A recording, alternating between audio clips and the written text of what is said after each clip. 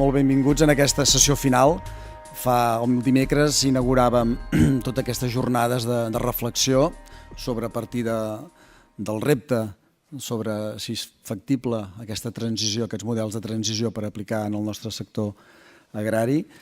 I avui fareu la cloenda, per tant estarem amatents a les conclusions que ens expliqueu al llarg d'aquest matí. Sense més dilació, presento la honorable consellera de la Generalitat de Catalunya, la senyora Meritxell Serret, que ha tingut la sort i el goig d'adreçar-nos unes paraules. Endavant, consellera. Molt bon dia a tothom. Good morning. M'havien demanat que fes la presentació en anglès, però ara em comenten que la majoria som en català. Per tant, potser faré un mix. Mirarem de fer anglès-català. So I'll try to speak mix English, mix catalan. We'll try. Primer de tot, moltes gràcies per convidar-me. Gràcies per donar-me l'oportunitat també de participar, ni que sigui breument, avui en aquesta sessió d'aquests debats que l'IRTA ha tingut la bona idea de tirar endavant. Gràcies al senyor Oller també per acollir en aquest marc tan excepcional aquestes sessions i, per descomptat, saludar també el senyor Montfort i el senyor Pena, companys del departament, director de l'IRTA i director dels serveis territorials, i saludar tots els participants. And especially thank you for you that have come so far to help us in these discussions. És un, com he dit, un plaer i un honor poder ser avui aquí. Permetin-me també fer un recordatori i lligar-ho amb un agraïment i una felicitació, i és especialment a l'IRTA, per aquests 32 ja anys que fa que l'IRTA impulsa la innovació, el coneixement, la millora contínua al sector agroalimentari català, i també aquest agraïment i aquesta felicitació per aquestes jornades i aquestes sessions d'aquests dies. No només per la capacitat d'acollir capital humà i tot aquest coneixement, sinó també pel nou enfoc, per la voluntat d'anar una mica més enllà del que han sigut els debats tradicionals al voltant de com evolucionar en el sistema agroalimentari català. We are living in a changing world.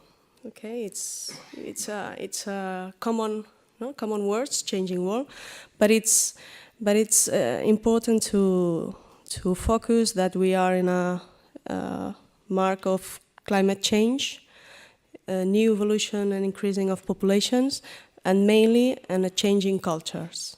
And probably this is the most complicated part, but it's the one that will be more important to try to make perspective of how agri-food system must go on in the next years. Si alguna història tenim clar, o si alguna cosa tenim clar de la història, és que les certeses o no existeixen o són molt mutables. I, de fet, ens trobem amb la necessitat de repensar els paradigmes de desenvolupament, i que ara com ara el que hem de focalitzar és en la capacitat de buscar un desenvolupament sostenible i resilient, és a dir, en capacitat d'adaptar-nos al canvi, perquè és això, perquè no hi ha certeses, no hi ha 100%.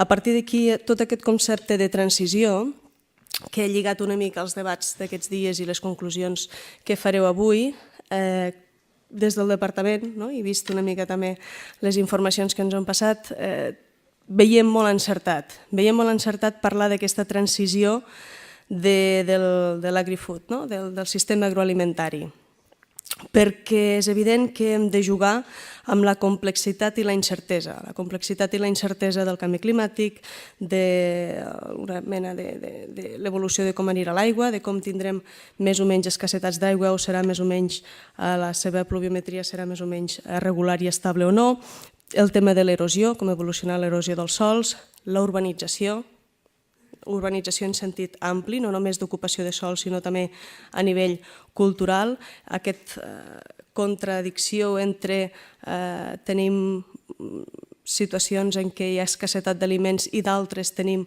situacions de malbaratament alimentari, per tant, com anem evolucionant en aquestes complexitats.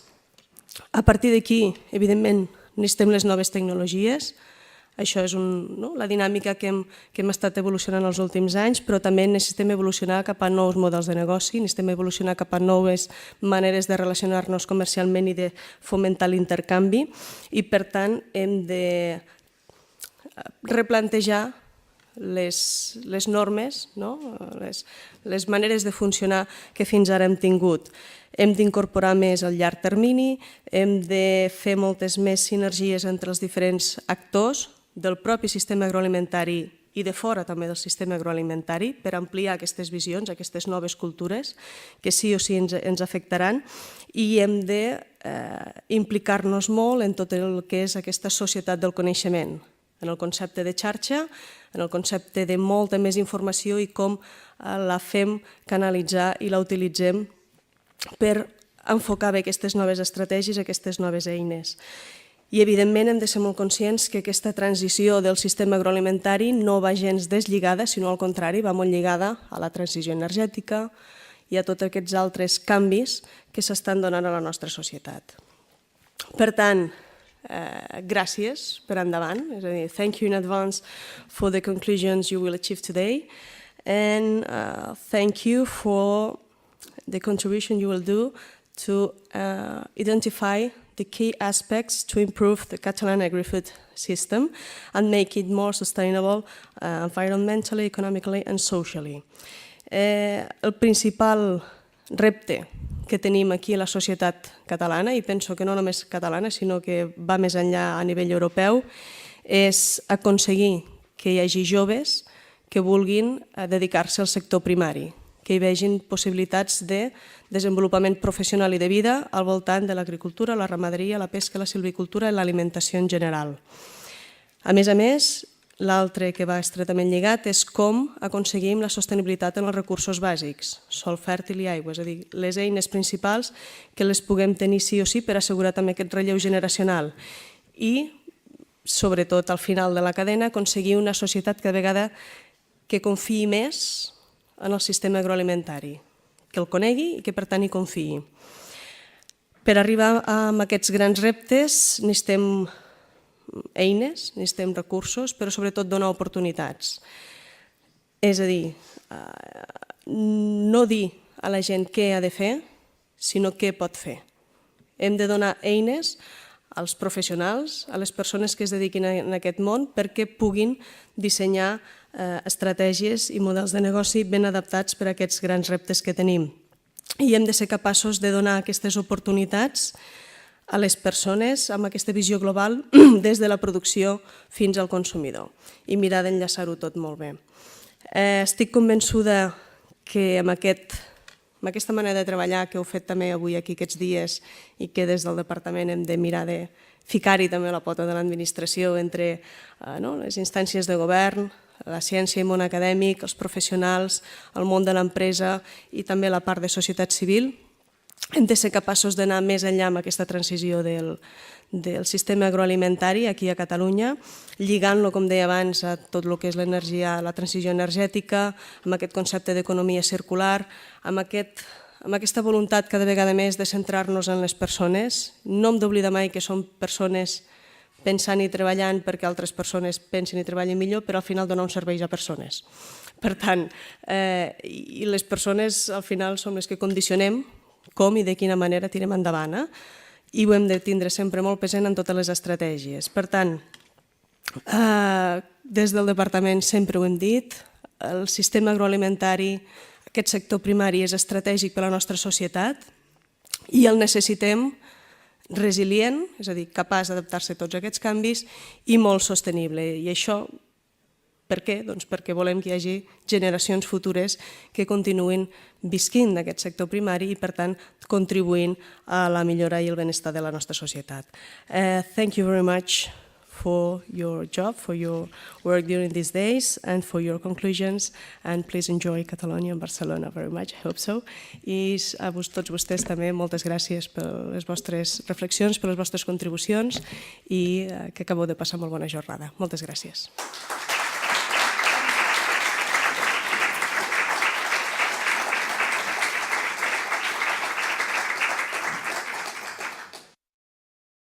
Okay. Thank you, Madam Minister. She left, but I think that was a great setting of the stage for what we're about to do. So if you can show the presentation on the screen, maybe.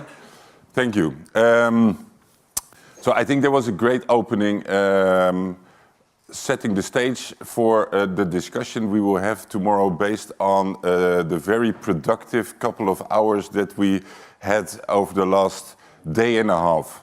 And I have to say, I'm really amazed what came out. I can't do justice to everything that's produced. Myself and the rapporteurs, we will do our best. Who hasn't been a part of the process for the last 2 days? Who is here for the first time now? Okay.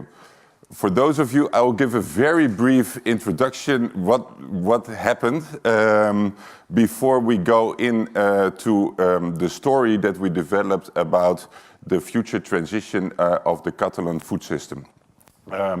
So the starting point, my name is Dirk Loorbach. I'm a director and a professor in Rotterdam, together with 2 colleagues from the Netherlands. And what we work on is transition. And the minister also referred to it. Big changes are taking place. And the way that we have organized society, the energy systems, mobility, but also the food system, they need to adapt to a changing climate, changing population to become more sustainable. And the idea in transitions is we look at these systems to understand the dominant culture, structure, and practice. So every society develops ways of producing energy and food. In the Netherlands, we also have a very good food system, and I got really impressed also by the Catalan food system. But it has a particular way of thinking. Certain set of values is dominant. There are certain structures, so the way the economics work, the way the regulation is developed, the infrastructures, and there are certain practices. So the way it is produced, but also the way it is consumed. So this is not coordinated, but as we say, emergent. So it develops in a certain area. And it's very difficult to change. So what we do, if you buy the machinery and if you create the infrastructures and the regulations, you make small changes. But in times of transition, that's not enough. Improving the existing is not enough, so we need to think about much more radical changes. Radical changes that cannot happen overnight, but that often take a very long time. And what we do in the research of transitions is look into the past, to the patterns of transitions. And what we see, very briefly, is that these regimes, they tend to develop very slowly, gradually, optimizing, improving efficiency, for example, scaling up. And at the same time, people start to develop new technologies, renewable technologies, different ways of producing food, different ways of consuming. So these are the experiments. And what a transition is that actors, organizations, elements of the regime, they link up to new innovations and they form new futures, new regimes. So think of the past transitions. You now have a very productive industrial food system in Catalonia. That was always so. So that was developed in the last decades because of knowledge, because of technological progress, because of all sorts of regulations, changes in the population. So what we did in the past few days is put people together to think not on improving the existing, but on how to change this system on the long term. And what we call transition management or transition governance is exactly what the minister said. So think on the long term and what it means for the short term. Think about the whole system, but also on the small scale. And to critically reflect upon the regime. So are we, for example, in research and technological innovation, focusing perhaps too much on improving the existing? And maybe we are part of creating this regime that is in the end unsustainable. So even if we try to increase efficiency for the best reasons, that might be not the only thing that we should do. So what we did is create a transition arena. That's what I said the first day. everybody is also part of a university, a policy department, an organization, but an arena is trying to put people together in a different way, to think differently, and hopefully that will help to do your daily job in a different way. So it sounds maybe too abstract, but now we get to the output. So this is more or less the idea of transition management. We start by a discussion on what is the regime. So I will start with what are the problems in the Catalonian food system, the Catalan food system. I give my understanding, so some of you might disagree. And there was a lot of disagreement in the groups, so I won't present a complete consensus. And I think we won't reach it here this morning. What we did reach consensus on was the set of guiding values that I will also present. So the second part. So the first part is trying to understand, can we go on like this? The second part is, but where then do we want to go? What should be our guiding vision, our guiding values, and what does that look like? And then the third step is, but how do we get there? So it's what we call backcasting. And the fourth step is then, hopefully we get to that this morning, where do we already see this future we want happening? Maybe there are a lot of experiments going on, a lot of initiatives, new technologies, new ideas, and how do we link them? How do we create basically a movement of transition? So this is a bit provocative maybe, and some of you might recognize, some others might disagree. But we saw some persistent problems quite similar to the Dutch case, and some a bit different.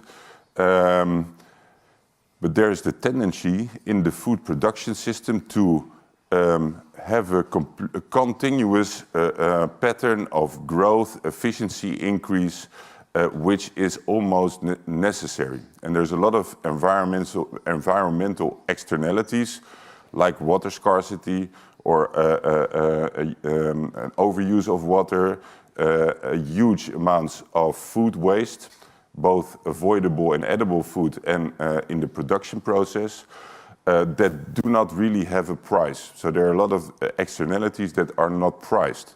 But we also saw, and this is our understanding as Dutch people looking at the process, that it was sometimes very hard to see alternatives. So it's so complicated, and there's so much political and social factors in the equation that it's very hard to question the existing situation and to see any alternative besides just making small-scale improvements and innovations. But it's almost also political. There's so much interest in the existing system that already saying it should change is sometimes perhaps even I won't say a dangerous thing, yeah, I said it, a dangerous thing. And of course the production, it is a very important system, socio-economically, in terms of the value it creates, in terms of the food, the employment, but that also makes it very difficult. And there is this pattern of globalization and competition and development of monocultures to be able to compete in an international market, which is increasingly vulnerable because of market agreements or not, climate change and so on. And what we saw, there was a lot of concern about social issues.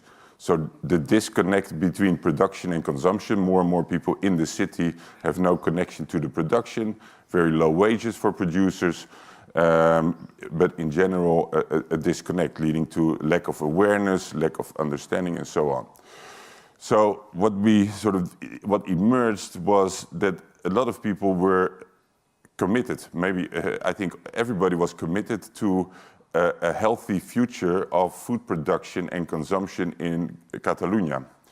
So the idea that you need a regional food system that provides enough affordable and nutritious food for everybody in the region, and that the producers and production has a very important place there, is respected, acknowledged, not only a farmer, but also maybe different types of producers in the food system.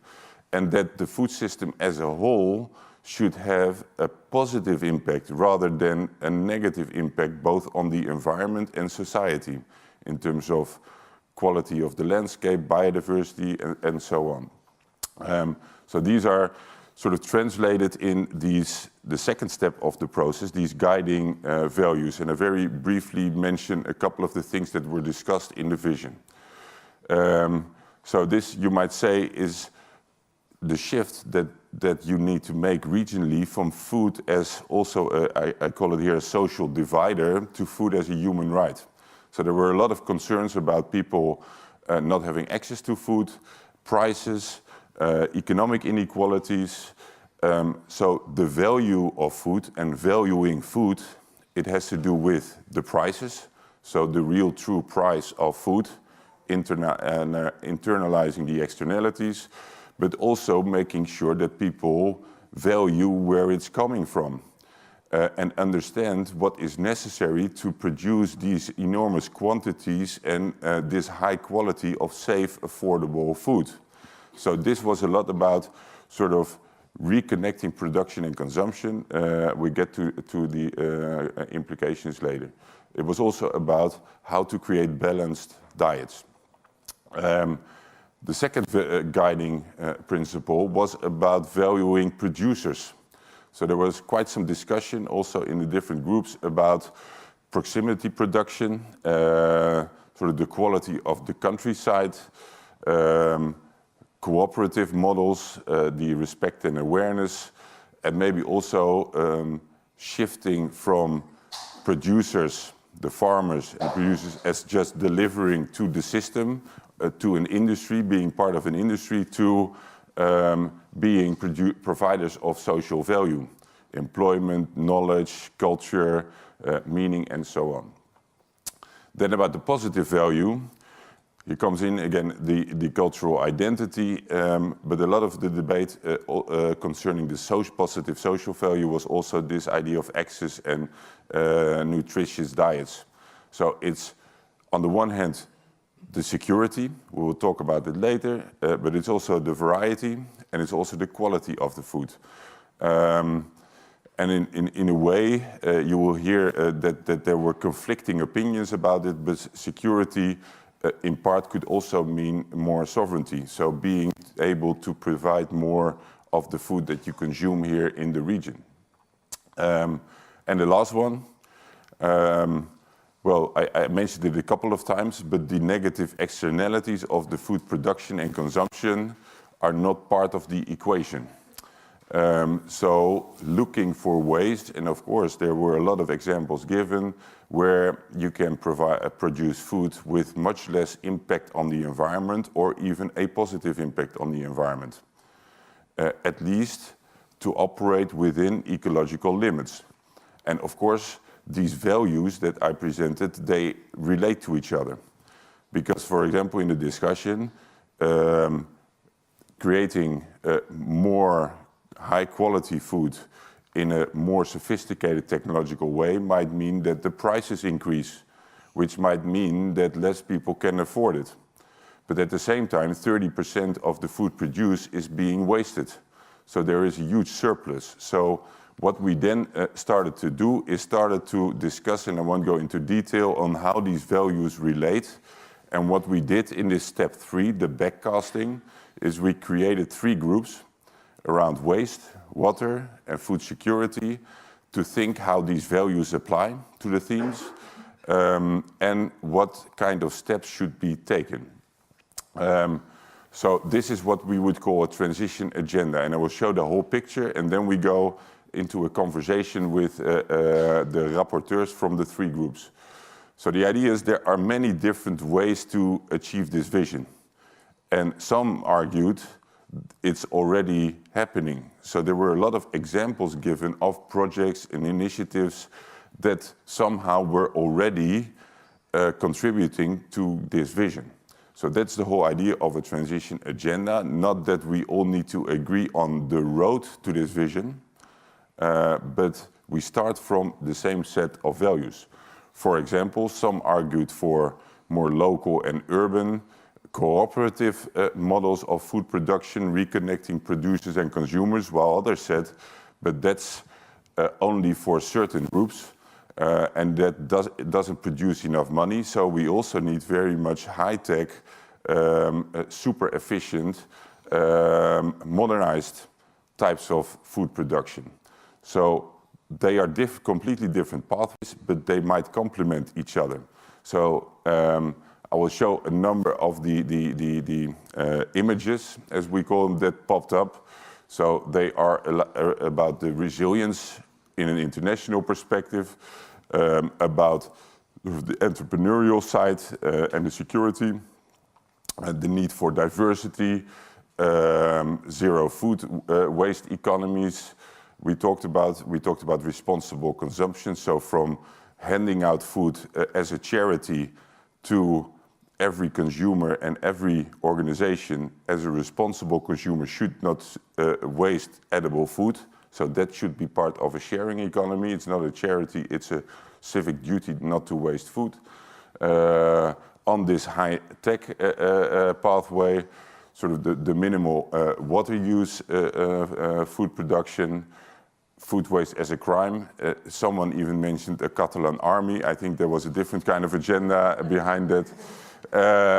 Sort of closing the production and consumption, so a short circuit cooperative, citizens owning farms maybe. Everyone should be, in the end, part of this consumer cooperative. So a lot of things about the civic duties there.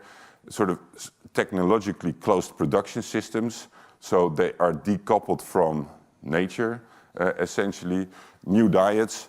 So what you see in this creative phase, a lot of these ideas popped up that are somehow also reflected in practices that maybe are around. But there was also a lot of debate, and we get to that. So let me say a few words on what's happening now, because this was a very quick exercise with a limited group of people, and we didn't reinvent the future here. What this is the start maybe of a story that is already there. So we picked it up, everybody brought in things they knew, their opinions, their values, and it was great to experience that a lot of that connected. So this is what we try to do with this transition intervention, is connect what is already there. And we look a lot into how transitions work, and what we see is it works differently than technological innovation. So this is about socio-technical innovation or social transformation. And only one route, only one way of innovating is through better technologies. A lot of more of the dynamics of transitions are explained by social innovation. It's people coming together, creating new stories, new expectations, new ideas, new business models, and that goes through different kinds of mechanisms, as we call it. So one is upscaling, doing more of the same. It's replicating, doing it in a different context. It's linking up, so not only food, but also energy or mobility or collaborative economy. It's changing the regulations, and in the end, it's embedding it, making it part of this new regime, so a new culture, structure, and practice. So what we did, I said it again, we did it in a quick way with a small group. It's a number of people. They're still a bit confused about what happened, maybe. I don't know, we'll ask. And there's already these experiments going on.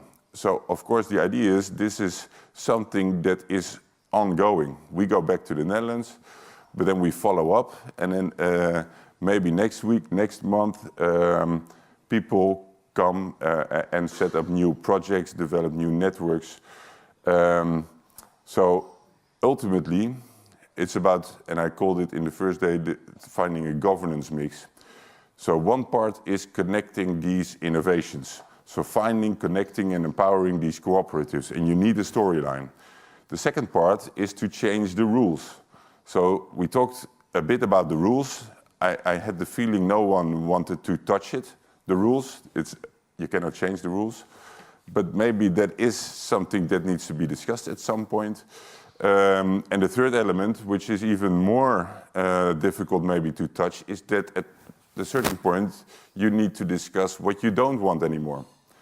So if you want a change, it also means not only innovation, but also breakdown. So how do you get rid of fossil fuels in the food system? Or how do you phase out ways of producing or certain types of production that you cannot sustain, that are harmful to the environment or to society? So that is a tricky one. But I can say it as a Dutch guy, and I flee the country. So I think what happened here in the last day and a half was fantastic. It was also difficult because a lot of us in the groups were trying to figure out what they needed to do or where to go or how to get out of a discussion that was already going on for 20 years and they were sort of repeating it again. So how to get out of it. We had 3 different groups that were also in competition with each other. But in the end, I think I'm very happy that we got to this storyline. I hope you recognize it a bit. And I hope it provides a basis for further exploration. So now what we want to do is go through a conversation with the 3 groups. So I will ask the rapporteurs for waste and water unless there are questions or comments about this. Maybe there's a short 5 minutes for questions. Are you okay? Okay, waste and water. Can I ask you on the stage?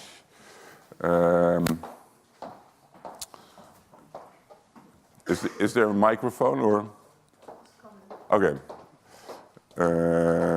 Yes, yes. Okay, the microphone is coming. So yeah, I can have one question then before a microphone comes. No. Okay. Oh, I have one. Okay. So what we will do is there were 2 working groups. You represent the water. You represent the waste. So we start with the zero waste food system. So all the working groups, they made a nice visual. So let me start by asking, what are we looking at? What is your vision from the group that you worked with? Well, here you have our picture, our final picture. After... Sorry, maybe first introduce yourself. Yes. Thank you. Good morning. I am Elena Bagaria. I come from Waste Agency of Catalonia. I work on food wastage prevention. And of course, we are very interested in participating in this debate to learn about dynamics and that can accelerate the changes in our food chain system. Yes. Okay. So, of course, I have participated in this group about a food system with not waste. And in our group that has been very active and very participated, we have been working in four scenarios. In our picture, you have 2 lines, you see. The red ones represent the waste. The green one represents the sustainability. At the beginning of the picture, you see the conventional system we have now that is not sustainable, of course, because in terms of it is an inefficient chain that needs a lot of resources and spend a lot of resources and generate a lot of waste. We have long commercial circuits, lack of awareness, and we are externalizing the impacts, and we have clearly an equality social system.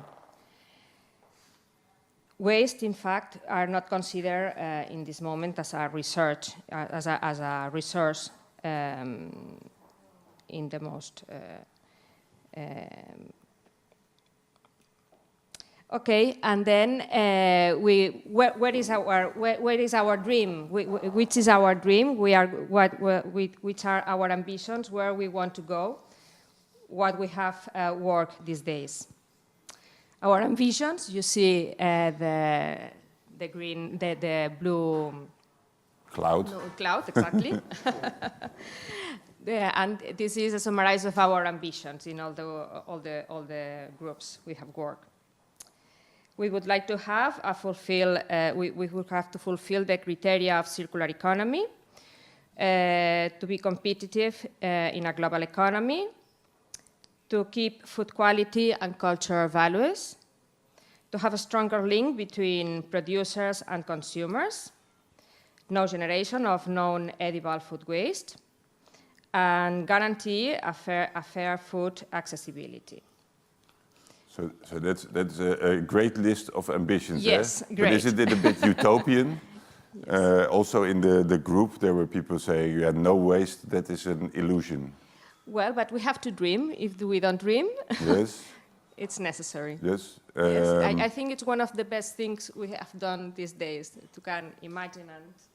Yes, to open up and to. Yes. So would you say it's completely unrealistic, or? Well, we think we have to have an ambitious objectives. If not, we cannot make real changes in our society. Yeah. So what would it mean for your job in the end, if you achieve this vision? my job is finished then. Yes. Okay. Okay, but that's 2050. So that's yes. We retired. Yes. Okay. There's a lot of talk also on the experiments and on the concrete steps. You can come back to the picture because I think it's more clear if you want. But maybe we go to water and then we come back. So on water, introduce yourself and maybe what's the ambition that you developed here? Well, in this case, okay, my name is Marc Martinez. I'm currently working in the projects office in IRTA. The thing is that we were working in two different scenarios, okay, which were really different. One scenario was what it happens if in the year 2040 we had just the 10% of the water that we currently have, and the other one was the scenario in which we had the plenty of water. And the important point was that more or less the conclusions, as well as the characteristics of the society, which are, here in the clones, were more or less the same. Why? Because when the water is not your limiting factor, the land is also your limiting factor. So more or less the conclusions were the same, and it was an interesting point to keep in mind, right? Yeah. So in this case, we were developing some characteristics, okay, that we thought that our future society should have, okay? In this case, we were talking about that we need, to look for another providers of animal and vegetable protein resources. In this case, we were talking specifically about the sea, how the sea will be the future provider for vegetable and new animal resources. We are talking about fish, but we are talking also about algae, for example. We were talking about the insects of a future animal protein resource. Maybe here it's something strange. Maybe in Asia it's something not really strange. And maybe this kind of food, we were talking about it, because if we need to do a more sustainable water use management, we need to keep in mind which are the elements, which is the food that requires more water consumption in this case. And we're talking as well about the need, to change our dietary behavior, for example, or dietary patterns. Because maybe some people were saying, okay, maybe we are currently eating a lot of meat, for example, but the thing is that when you want to produce some pig, for example, you require a lot of water, so maybe in the future we will need to reduce the amount of meat and to use more vegetable proteins and to put more vegetable proteins in our diet, for example. Yeah. So accordingly, for example, we're talking about as well about a future society in which we had a new legislation and a new governance model. And this was as well something, that we were talking about in the midterm actions, okay, to achieve this kind of new society, okay. One conflict point was, the role of the administration, okay, the role of the administration regarding the regulation, the legislation, and the governance of all the process. The thing was that the most of the people was agree that we should involve, that the administration should involve all the civil society, all the scientific community, and the rest of the stakeholders within this process, okay? This was a main thing, a main action, to do at main term in order to achieve this kind of future society, Another point, was to change, the culture of the consumer, okay? And this was based basically, regarding the education. Okay, the child of today will be the people of tomorrow, and the new generations are the generations that will be in charge, to develop and to maintain this kind of society. Okay, so basically these were the points, in which we were agree. There were another points in which we were not agree. For example, we were talking about the scenario with a 10% of water. Some people said, okay, so. How much people must die, to arrive to this kind of a scenario, or maybe this is something that can never happen, from one day to another day, okay? But the thing is that this was an interesting experiment for that, to see how two different scenarios can have the same conclusions. Yes. Yes. So both of you talking a bit about the conflicts and the differences in the group. So do you have a similar kind of controversies in the waste? Well, I think in our groups, the scenario we worked were complementary. Yes. In our case. We work, for instance, in a scenario of we imagine at the beginning pilot projects. 4 pilot projects. One centrated in an intensive, a new industrial system, very centralization, with a lot of centralization and integration. For example, new farms that integrates other chains of the steps. Fertilizer and energy production, fruit processing, combining, for instance, another example, combine horticulture and aquaculture. Another scenario, but that can share with it, is a collaborative system to empower the consumer. To consolidate our food consumer cooperatives. Examples are, for instance, urban agriculture, greening cities, orchards under the roofs of the buildings, so on. But in the beginning, in our current scenario, we had, in fact, a social emergency. There is female also. We have to be more efficient with this. We have to have efficient surplus distribution. But it is not desirable to have it in a long term. So at least we don't want to have this kind of. We would like not to have a bank food. Yeah. We would like that it was not necessary to have it. So we have been talking about other thing we have been talking in this is the lack of protein of our system. So well, later we think we part from pilot projects and then redesign all the projects. Based on new technology, the use of ICT technologies also, improving the social awareness, the education, the information too. It's very important to have data of the waste of.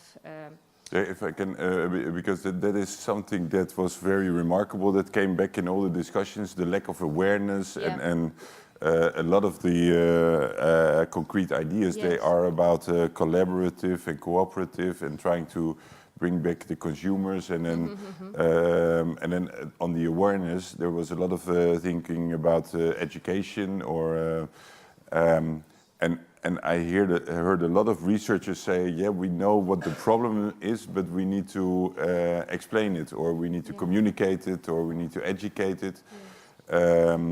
The interesting thing about the collaborative ideas in waste was that it is another way to educate people.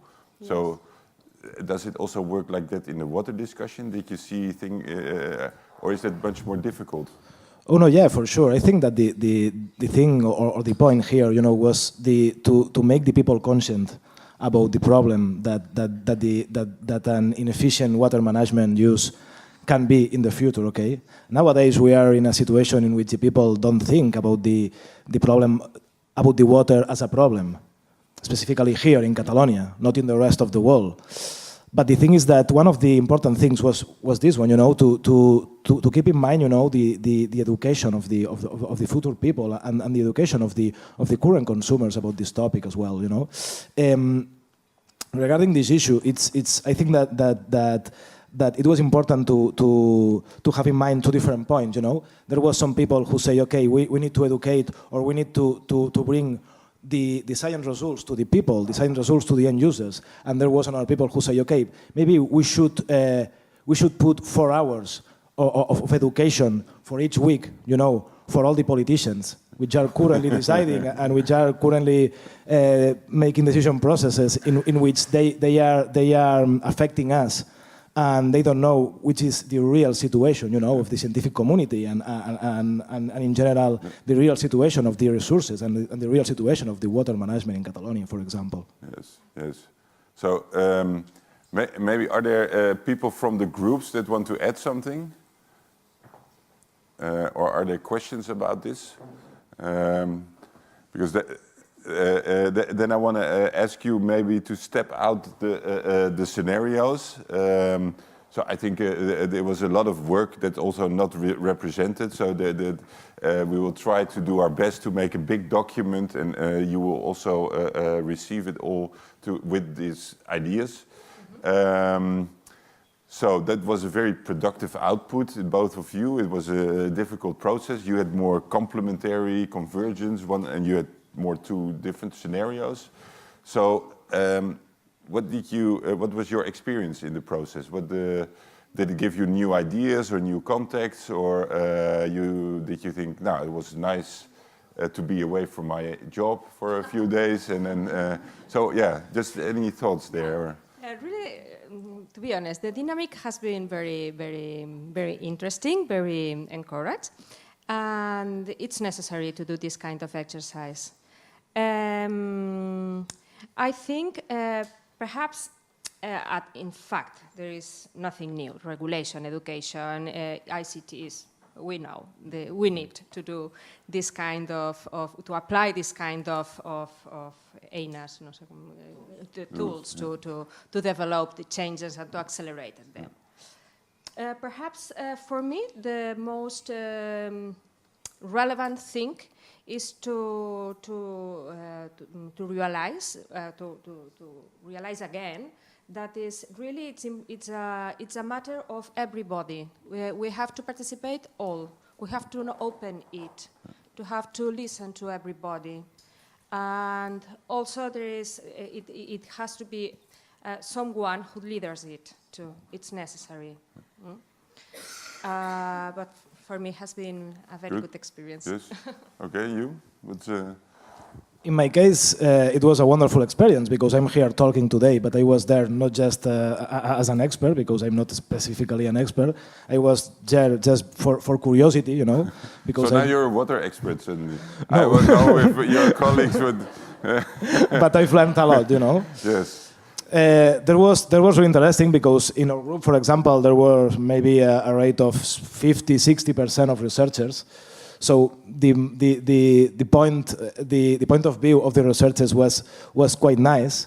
You know, there were some discussions about the data of water consumption, about the data of the crops that we currently have in Catalonia, etc. You know, some people say we have this data from the government. The other people say, but this is not true. The other people say, but this is not true because the government wants to lie us, etc., etc. You know, so one important thing or one important conclusion that I've kept is that it's really important, you know, to have all the data, all the real data, you know, really good explained, really actualized, really uploaded, just to have a point, you know, for starting, you know, for starting to think, for starting to know which must be prioritized and which must not be prioritized, you know, and.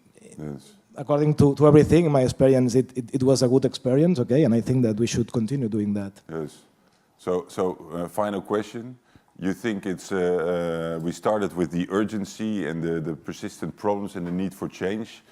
Are these ideas radical enough or radical, revolutionary enough? There were some people in the group complaining about this is business as usual almost.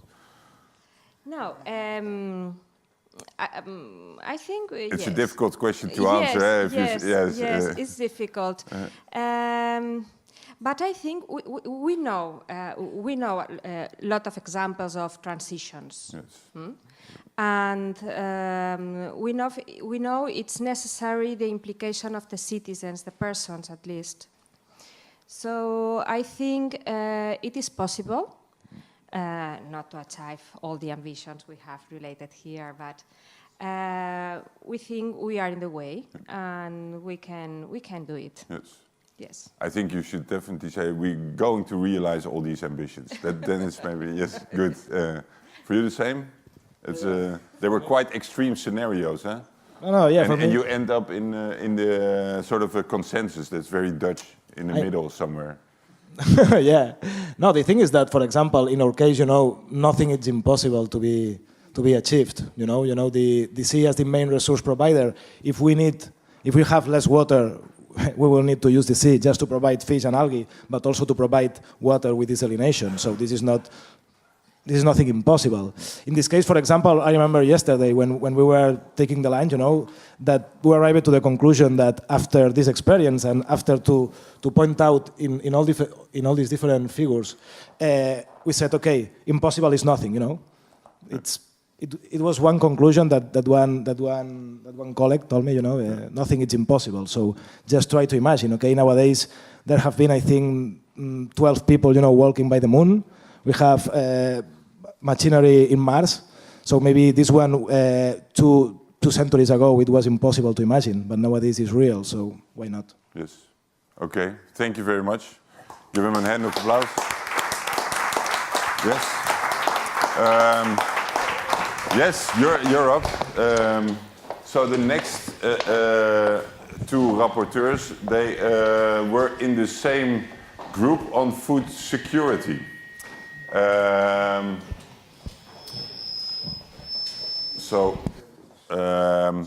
Do I need to sit in between? Are you? Because actually the group split in 2 and they developed 2 scenarios.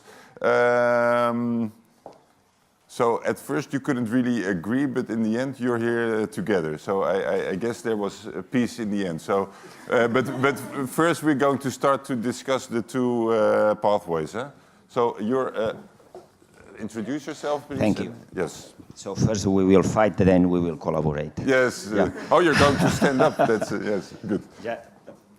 Well, here introduce yourself. For yes, I am Jacint Arnau from IRTA. I am researching mainly in food technology and mainly in meat technology. So maybe this is one of the reasons because I am here to show that business is security. Our proposal is to invest in high-value crop specialization. Is high value is the key point. And also is trade, international trade, and more connectivity around the world, so internationalization. This is the key point. But if there is a loss of sovereignty, then we have a risk. So what we need is to start a contingency plan. And this contingency plan has different steps. It's very easy. One is a mandatory minimum share of crop diversity. So we do not eliminate all the crop. We need a certain minimum diversity. Despite we are focused on high value crop specialization. And second, we need an international food production investment by buying land, for instance, by being in companies based mainly on technology and knowledge. And finally, two different actions. One is to have a seed bank with fast-growing crops. And finally, a long-term, non-perishable food reserves bank to be sure that people will have enough food in case of a big crisis. This is for emergency. And then in the next slide, there is 3 points. Please. Yes.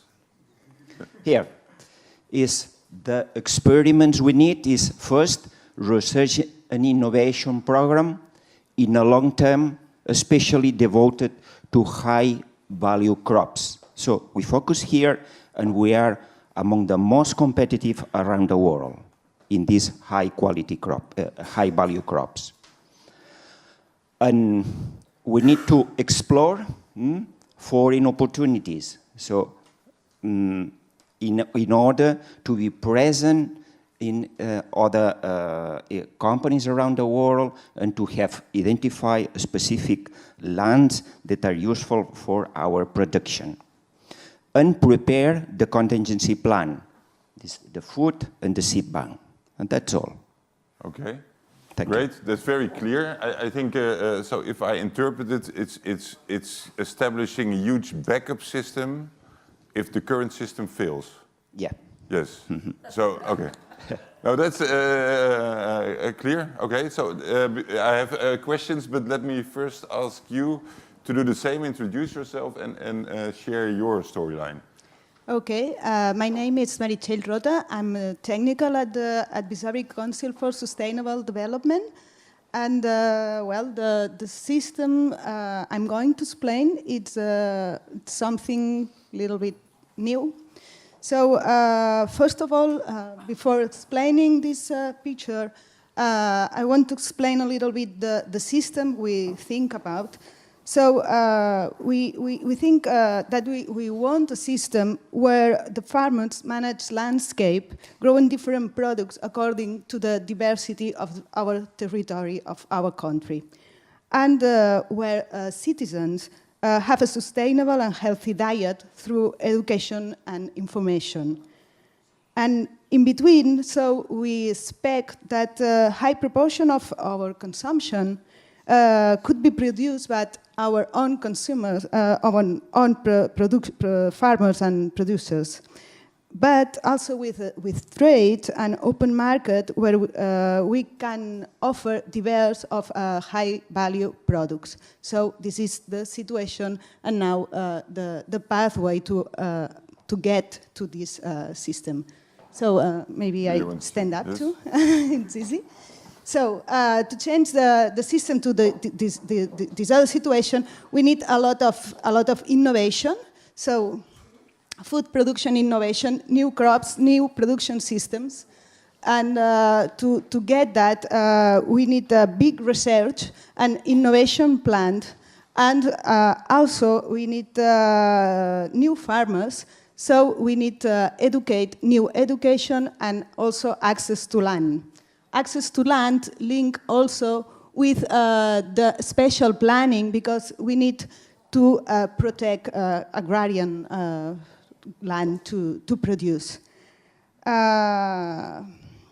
Also, because we want healthy and sustainable diets and the consumers make these choices, we need education, and also to link production with consumption, we need a lot of social innovation of new ways of relationship between producers and consumers, and also farming policies are co-designed by experts and citizens. Citizens must have they have to influence strongly the farming policies, and also we have to ready deck subsidies to change the model.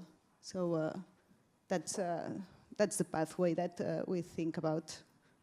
Great. So it's also very clear, but this is the completely other side of the story. This is you do it all yourself, and the rest of the world is out, more or less. So I can imagine that there was some discussion in the groups about these different pathways. So can you tell me a bit about how you got to these two scenarios? So yes. Well, in fact, we were separated into groups. Yes. And each one has a different scenario. Yes. No? So, here was more focused on diversity, and the other was more focused on business. But I think that some ideas here could be complementary to the other part. Yes. I think that both is not two different scenarios. I think we could merge them and to have a common scenario. Yeah, or do you think that they can help each other? Because you could also say that this is the backup plan. Yeah, but I would say that a lot of ideas here, there and here could be combined. Yes? Yeah. Yes. Do you also feel that complementarity?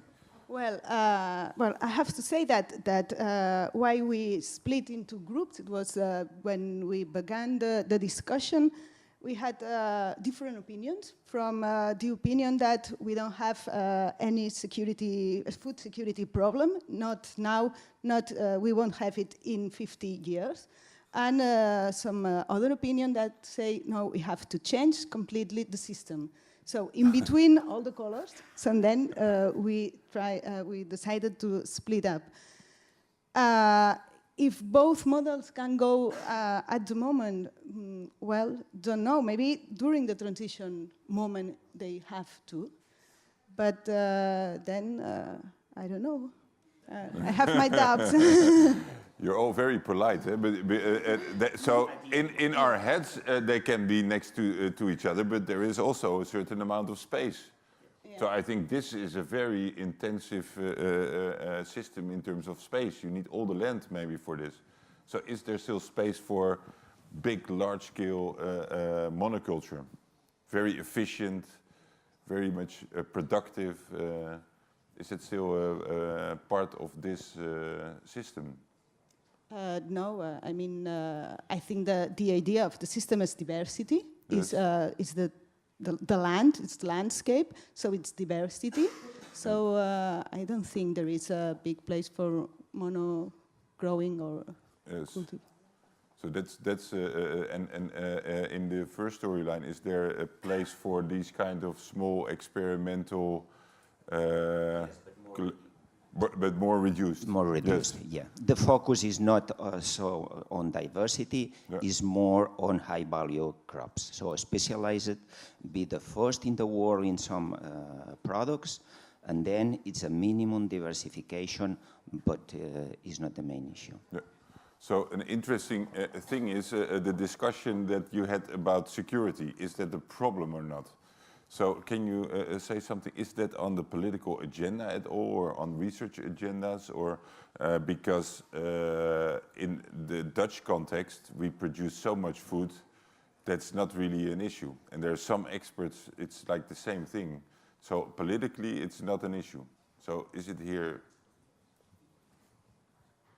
Well, I think it's something that it's coming on the table. I mean, it's in Europe, and I think in your country, it has been, I was talking yesterday with PG about that in the Netherlands, they have made a report about food security.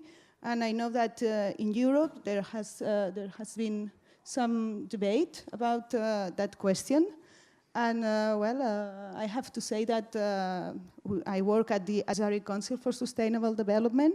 So we have here also a member, that is Carlos. And we are now preparing a report about this issue. And I hope we can present it in some month. Yes, so I hope you got some input for that. Yes, sure. Yes, good. So what do you think? Is it good that it's on the agenda, this topic? Well, in reality, in my opinion, it's not a problem now, but it's so important that it should be planned. Yes. And you talk about your experience in 1945, and you remember this problem, so food security should be planned, despite there is no problem now. Yes. Yeah. I think that's a very strong message that, we get really spoiled. We get used to having a lot of food and a lot of choice. So we almost forget, that's what a lot of old people in the Netherlands say, you young people, you forget what it's like if you have no food. So finish your plate. That's what my grandparents always told me. Which maybe to the last couple of questions, also the links between these pathways, because this is also, you mentioned things like waste and water, but indirectly. So do you see connections between the pathways? So in your business pathway,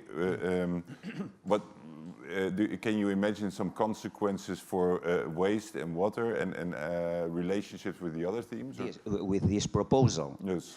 Well, I would say that, we are focused mainly on high-value crops. So it means that the idea is not to increase waste. Yeah. So probably even we will reduce because we will be more efficiency. And the type of products we are focused probably will demand less water. Yes. Yeah. So that should be taken into account in this development. Yeah, of course.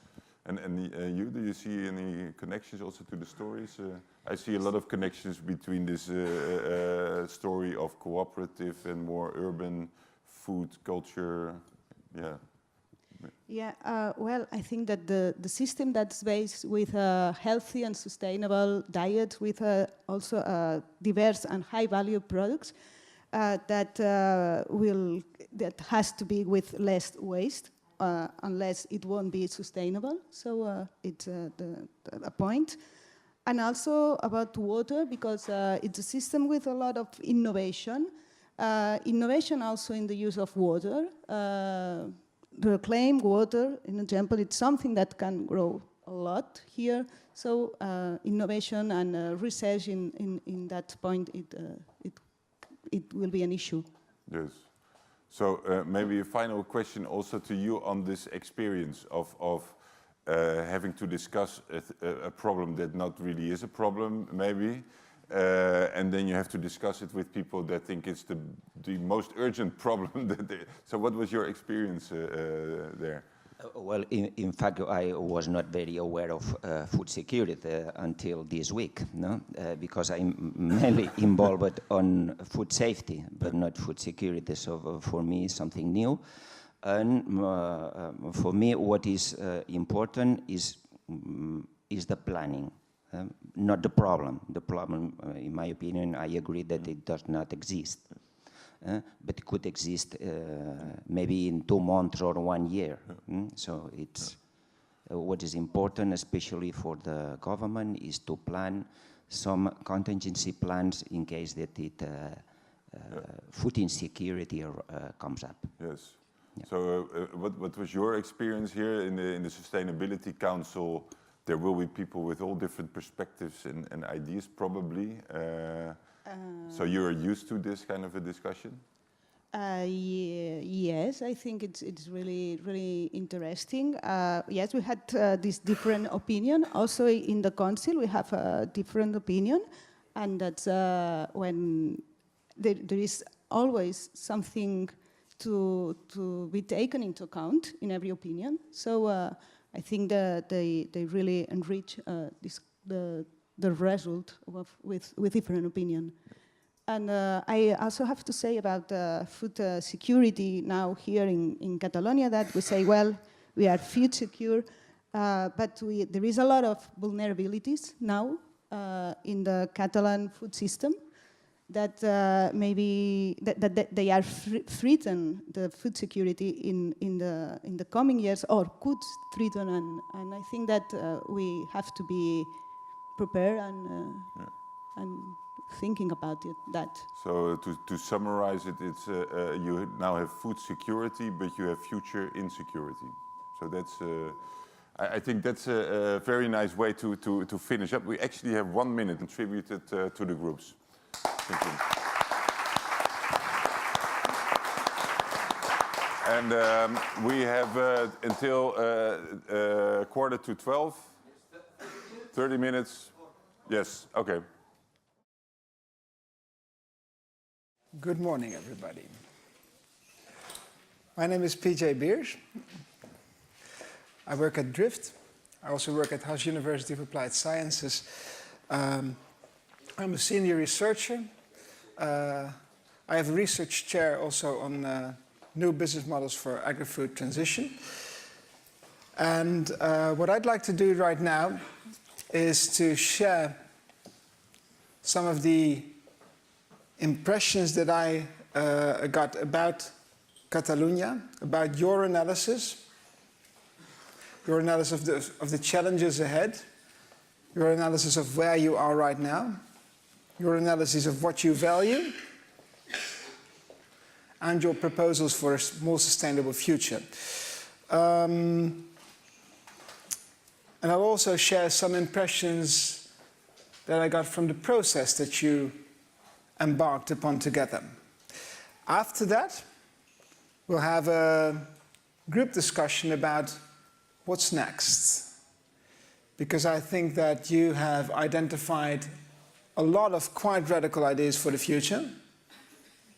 And I think there's quite a challenge also to transform these radical ideas for the future into concrete plans for actions that you can start carrying out tomorrow, or if you value your weekend, on Monday. So,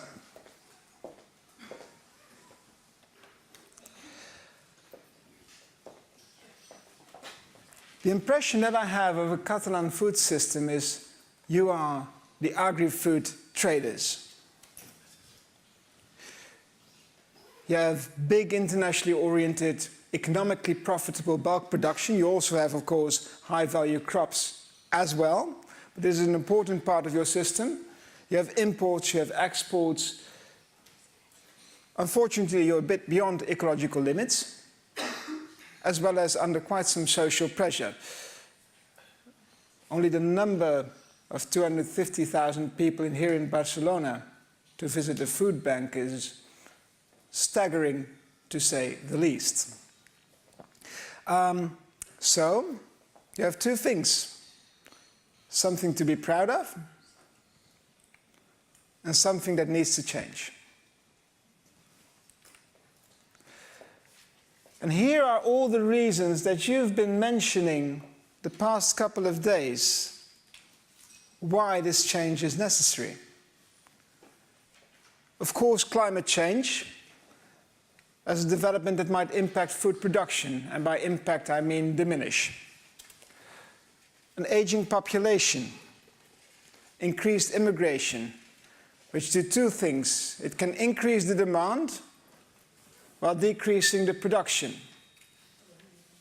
Water scarcity, which again might decrease the production. Geopolitical instability, which might negatively influence your access to food from outside this country. There's the popularity of the primary sector itself. Who wants to be a farmer these days? How much do you make? Do you make a proper living as a farmer? Perhaps it's time to have fair trade Catalan food. A decreasing knowledge about what food is healthy, where it comes from.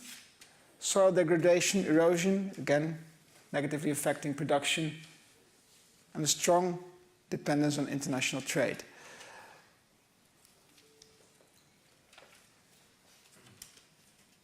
So you seem to have quite a challenge together.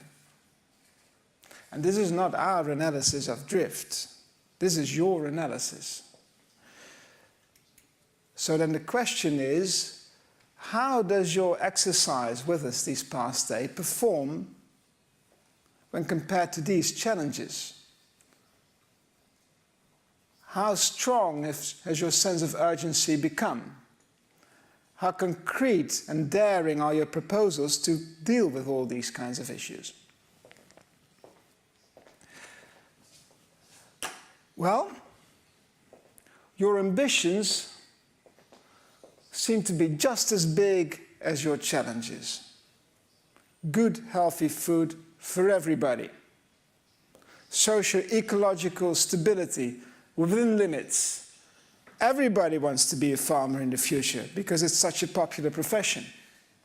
You all pay an honest price for food, a true price, no externalities, within socio-ecological limits, no waste, etc., etc.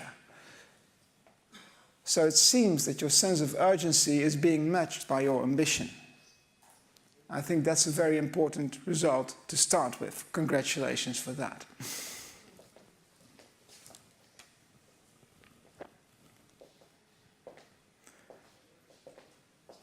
So what of your scenarios? What of your transition pathways? First of all, some things to mention.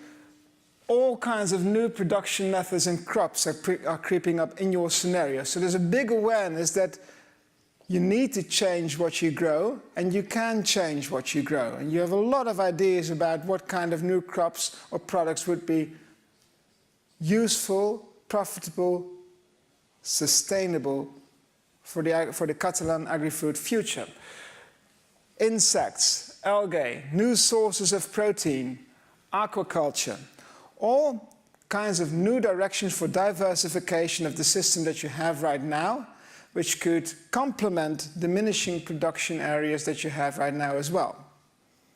So you're not only dreaming big, but you're also thinking in the right directions. The idea of a circular economy, there is no waste. Well, that's of course a great proposition. The true price, the whole idea that the cost of water will be part of the price of the food instead of just being subsidized.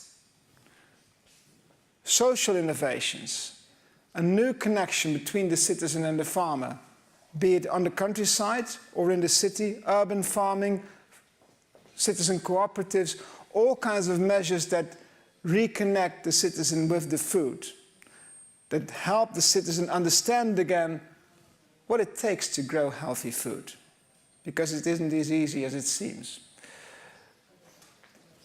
And all these ideas about research. What are the crops for the future in Catalonia? So you have lots of ideas for the future.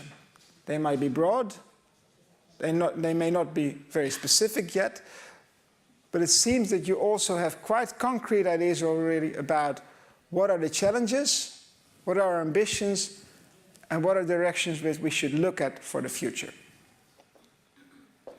So far, so good.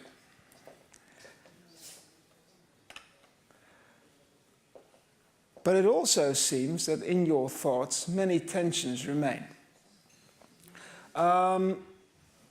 I have 4 here, and I have some more over there. Let me start. So, for instance, some of you prefer the idea of increasing local for local production. So, what does that mean for your current rules and regulations? What kind of decisions do you need to make there? What kind of hard decisions also do you need to make there? Just in the audience, someone said, well, as long as we subsidize cheap fossil fuels, how are we going to change the food system? So talking about change also means taking away money from systems that you don't want anymore. And these are hard decisions. You cannot just have an open market and increase local for local production. For a certain consumer segment, yes, of course you can. But beyond that, it also requires rules and regulations. Am I still? I think I'm quite okay. And if you want to take the other direction, if you want to invest in foreign food production, if you want to buy land abroad and import the food that you produce there, of course that's a way of improving food security. But what does it mean for the human rights of the people in those countries? What does it mean that China is buying lots of land in Africa to import food for the food security in Africa itself? Some of you may remember my first slides on Wednesday where I depicted the huge amount of population growth in Africa as well as the huge impact of climate change on yields in Africa. The one goes up, the other one goes down. Well, we sure know where that leads, don't we? If you want open markets, if you want more trade, how can you combine that with a decreased anonymity of the farmer? Because what will be the identity of the farmer beyond, I'm going to be a farmer, I'm going to get rich? Because where's the reason to connect with the citizen if that's your business model? And of course, although many of you mention it, but there's one thing to say we need different sources of protein, so we make something new. But there's of course a suggestion beneath that we decrease something else. We don't make so much animal protein anymore in the future. That's not the idea then. But saying the one thing also actually means that you should say the other thing. There's a tension over that. I personally believe that if it's hard to increase the amount of area that you have for agricultural production and you have a huge growing population, then what's the ethical decision going to be? Well, that's a personal opinion, of course. Let me see if I have some more tensions over here.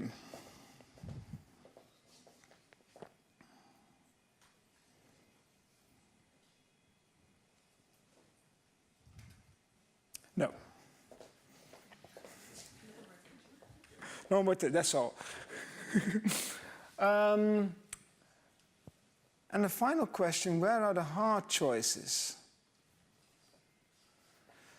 So your scenarios and your ambitions are great, and it's very nice to hear them, because it's almost, it's very easy to agree with them. But there are also some assumptions in there that I wonder how warranted they are. So how do you acknowledge your differences?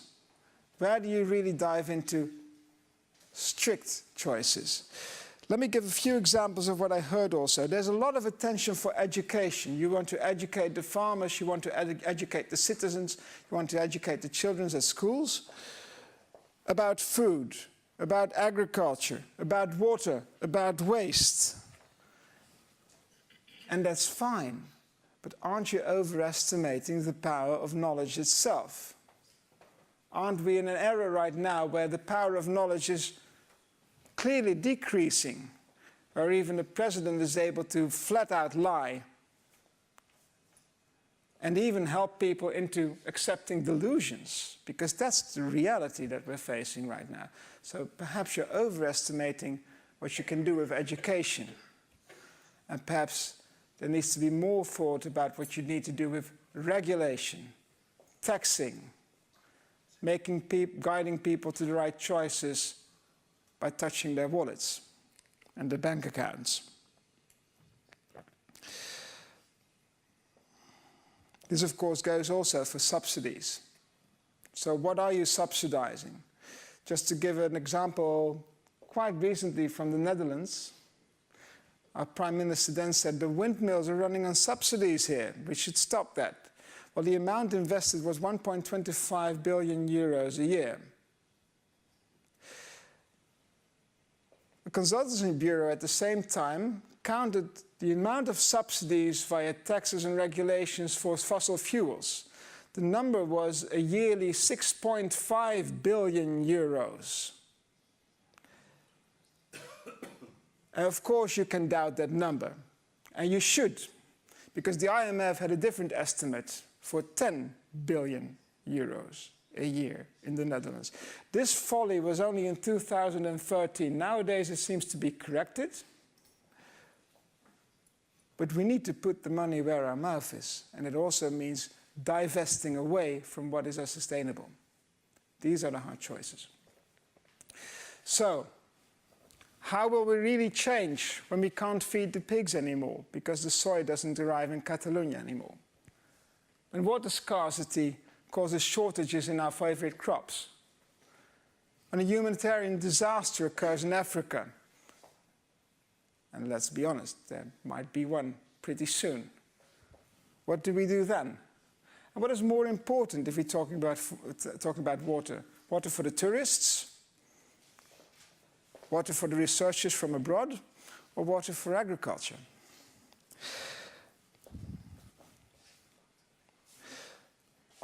Thankfully, it's also a tradition that tradition will change.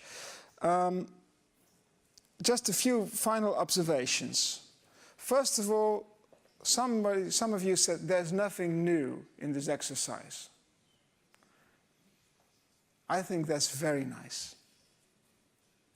It means that all the important elements that you might want to strengthen to the future are already there in your system. You already have many of the solutions that you need. The point is, the problem concerns everybody. And that's where the challenge is. If it concerns everybody, then how do you involve everybody? I also heard you say, this is our dream, but impossible is nothing. So you really need to accept that and work together for it. There are some consequences. You will eat differently in the future. You will produce differently in the future. You will get your food from other sources in the future. And you will work differently in the future. You said government can be traditional government, can't keep being a traditional government anymore.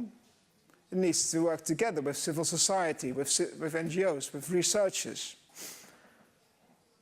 And the same, of course, holds for research itself. Can IRTA keep sharing its science to feed the future? Or should IRTA start help to develop the future and contribute its science? So where is the focus? And for every one of you, there might be a different role. We all are part of the current system, including all its sustainabilities, but in every choice we make, we can also choose differently. In everything we do, we can move away from the current system. So there's a huge opportunity. One final remark. Many of you also said we need more knowledge, we need better data. Or I don't have the expertise to answer this problem about waste or about food security. I don't know exactly how the system works. But who, other than you, is better equipped to think about that future? Who, other than you, is actually thinking about what you can change and how you might change it? My answer would be, you don't know nearly enough, but you're the best we have. So if anybody would be able to do it, it's you. Well, good luck.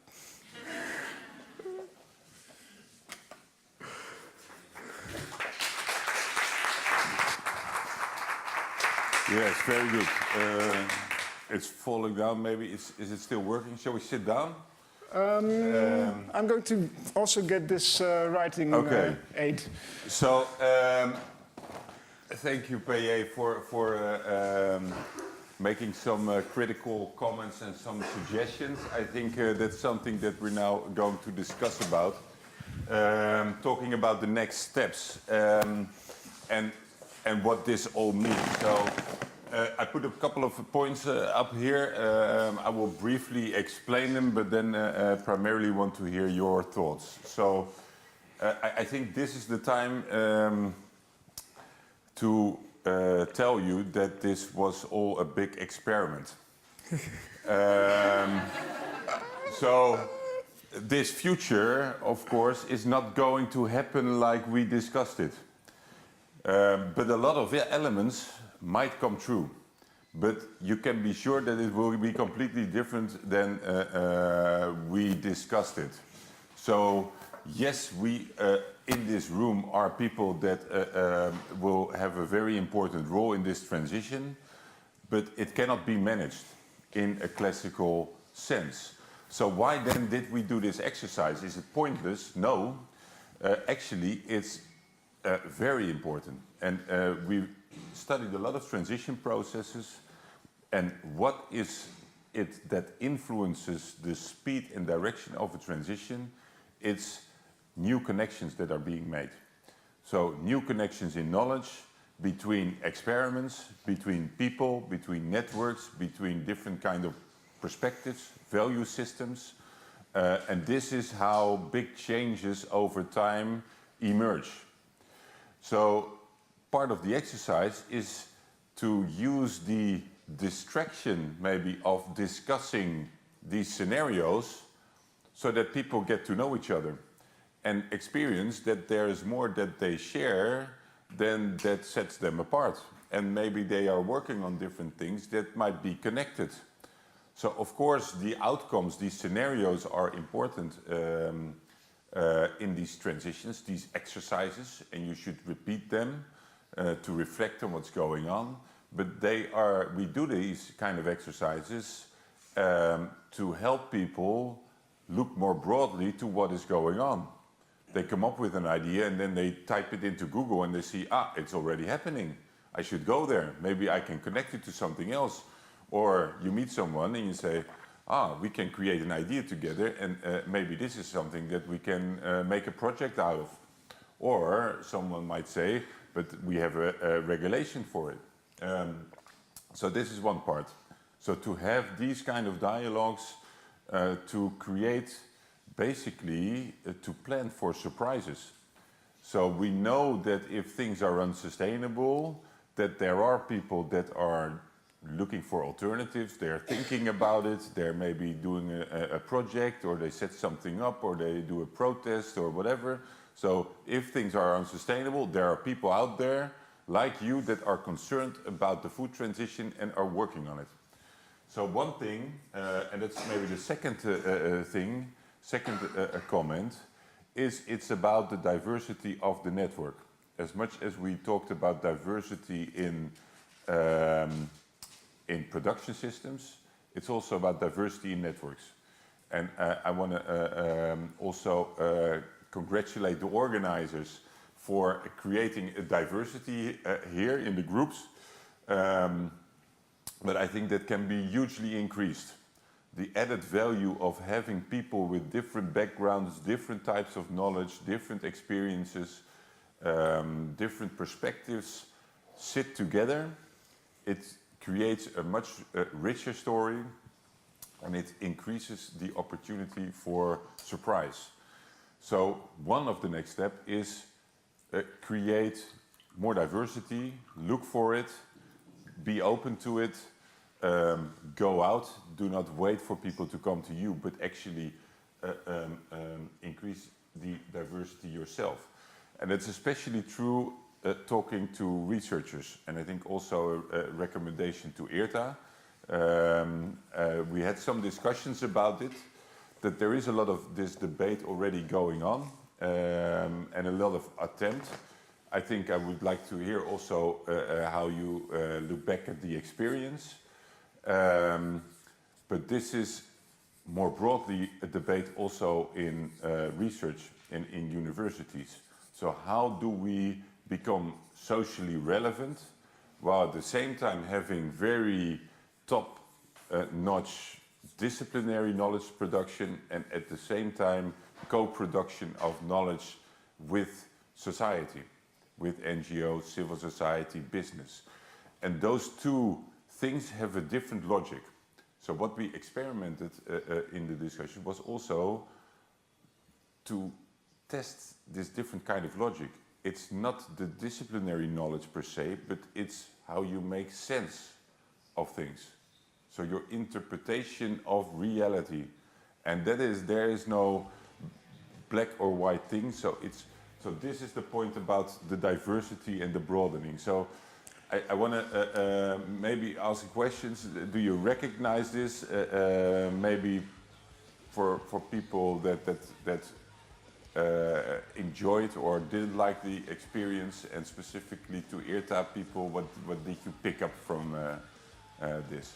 That we did the last 3 days, and partially at least the methodology may inspire us to be able to work more in this new way, with having more discussion, more collaboration with, I guess we already have a lot of collaboration with companies, maybe not so much with NGOs. I think it would be also important in the future. And in the end, we take it at home, and I think it's going to be useful. Yes. So, example of an NGO that you would really like to be part of this movement? Well, for instance, all these NGOs working with food security or organic farming or social farming is something that I think we could do a lot of interesting collaborative research. And how many of you are already have already established contact with them, or are already engaged with them? So how hard would it be for you to include them? Can you start tomorrow? Yes. Yes? Okay.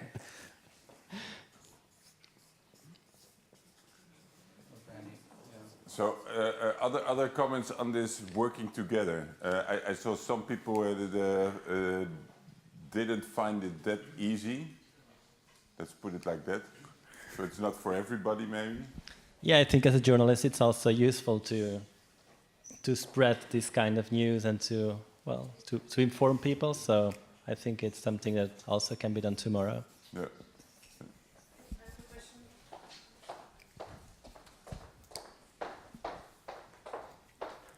Can you maybe reflect upon the role of the media, what their role could be in this transition?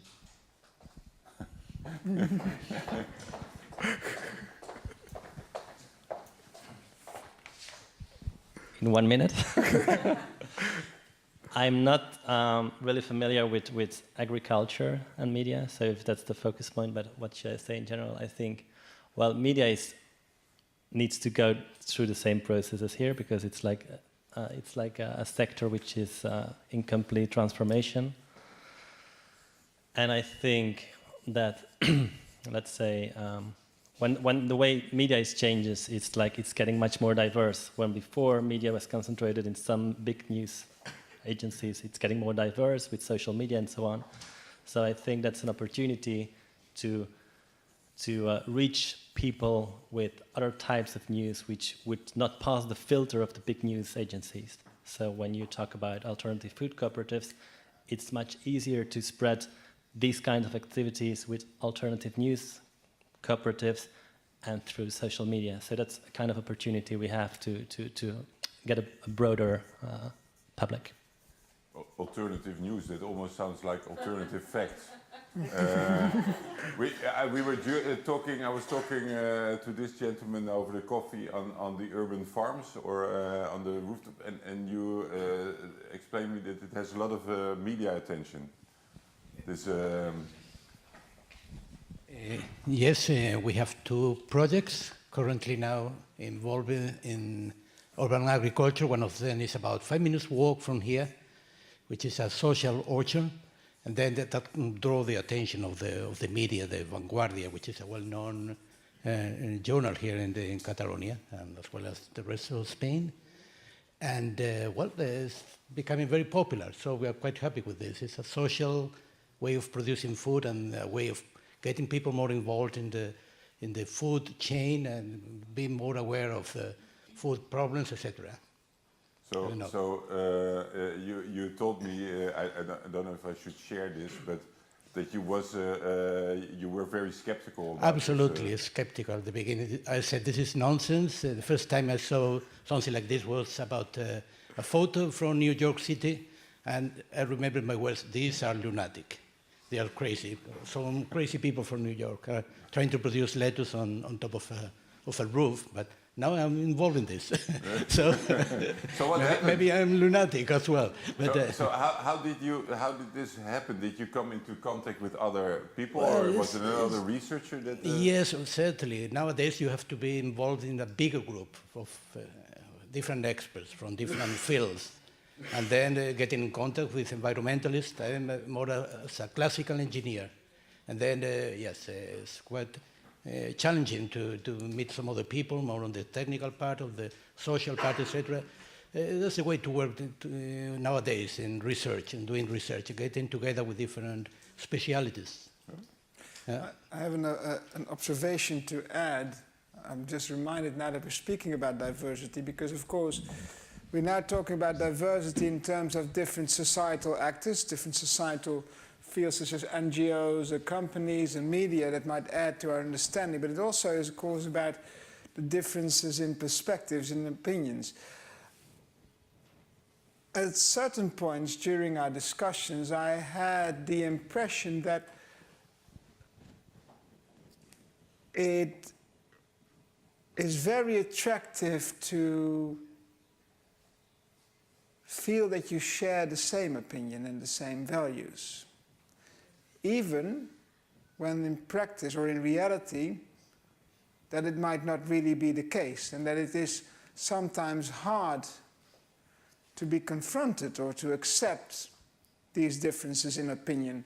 Whereas from a transitions perspective, it's actually so worthwhile to explore these different perspectives and to explore disagreement as resource for creativity in the future food system. So my question really is, what are your ideas about working with disagreement? How do you experience that, and what do you see as opportunities in that regard?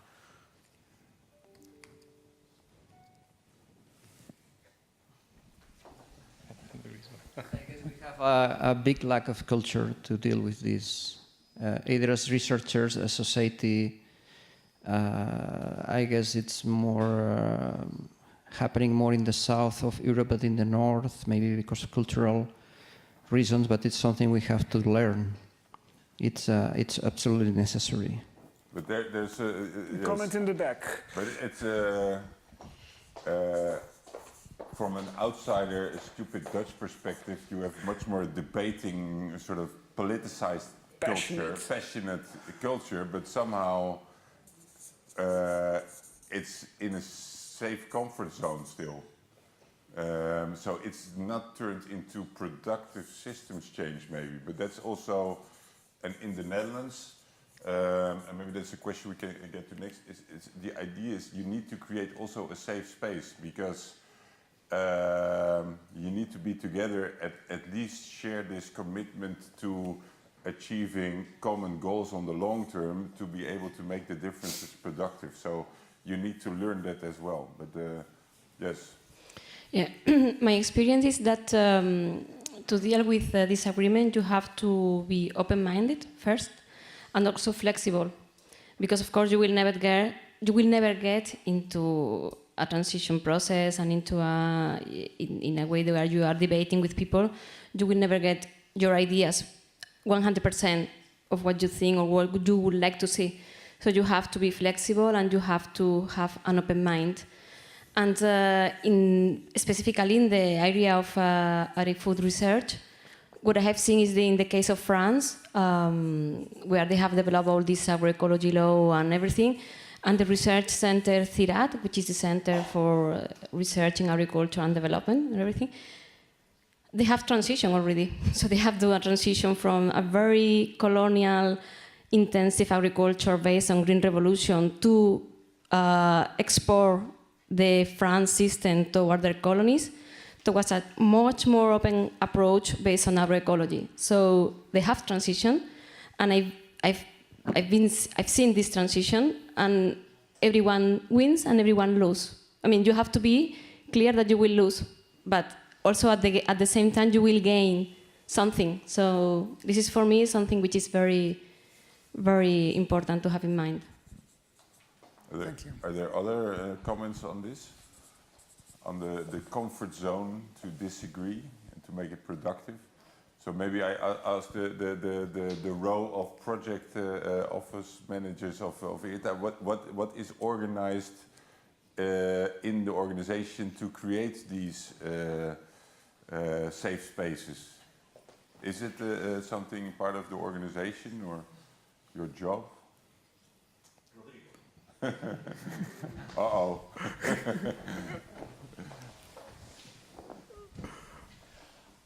Yes, it is, because mainly we act as facilitators and establishing a framework for this type of discussions.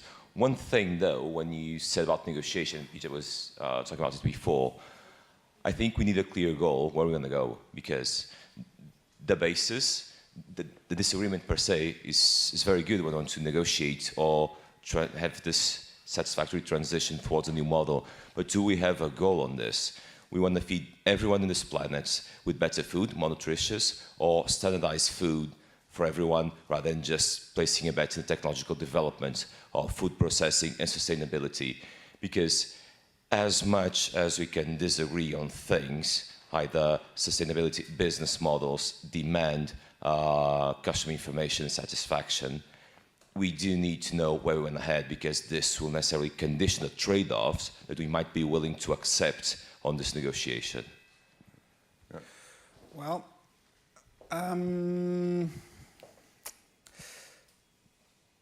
I think at a very, very general level, it's very hard to disagree with that everybody should be able to have the human right of sufficient and nutritious food.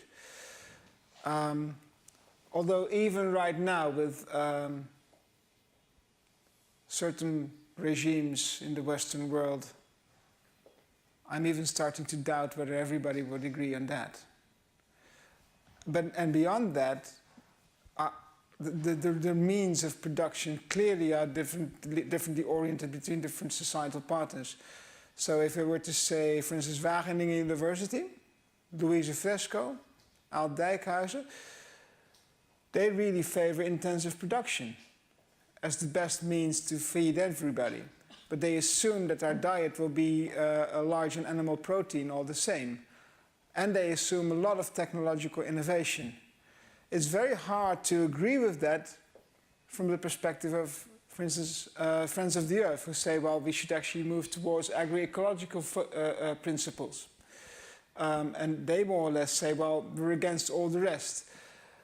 The transitions idea is not to make a consensus between these different views. Rather, it really is, the only consensus you really need is that we might need to have a sustainable future. And you might disagree on how we can get there, but the idea is actually to accept that we cannot know up front what is the right way, what is the right direction, but we also cannot afford to close one road down immediately. Instead, to find experiments that we can agree upon that they might lead to a future, albeit from this perspective or that perspective, doesn't necessitate agreement, but it does help deciding on an action forward. So it removes the opportunity to sit still and do nothing. And I think that's very important, to be able to move.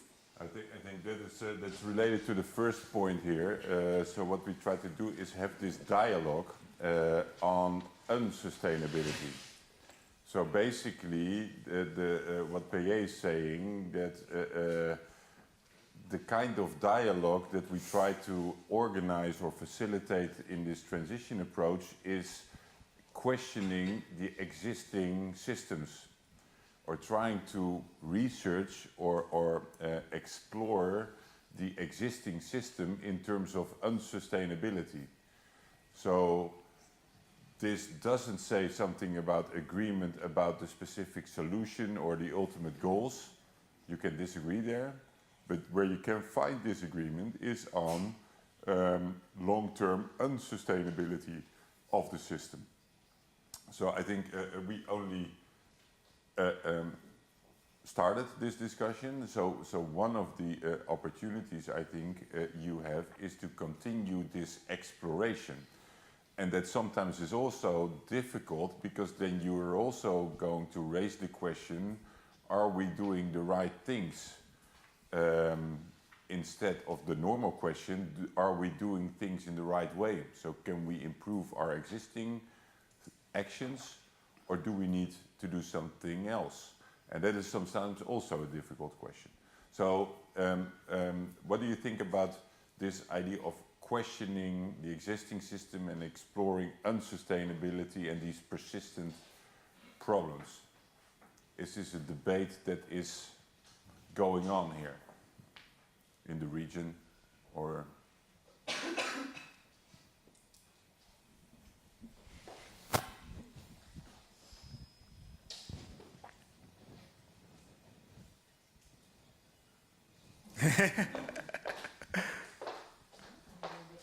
Maybe other people don't have an opinion, so I can ask for a vote, but yes. I think the debate is everywhere globally, speaking in terms of global sustainability, water issues, energy issues, maybe not so much on the agri-food system. Yeah. Maybe not so much. At least more specifically, I would say. Yeah, we go to the back again. But, yeah.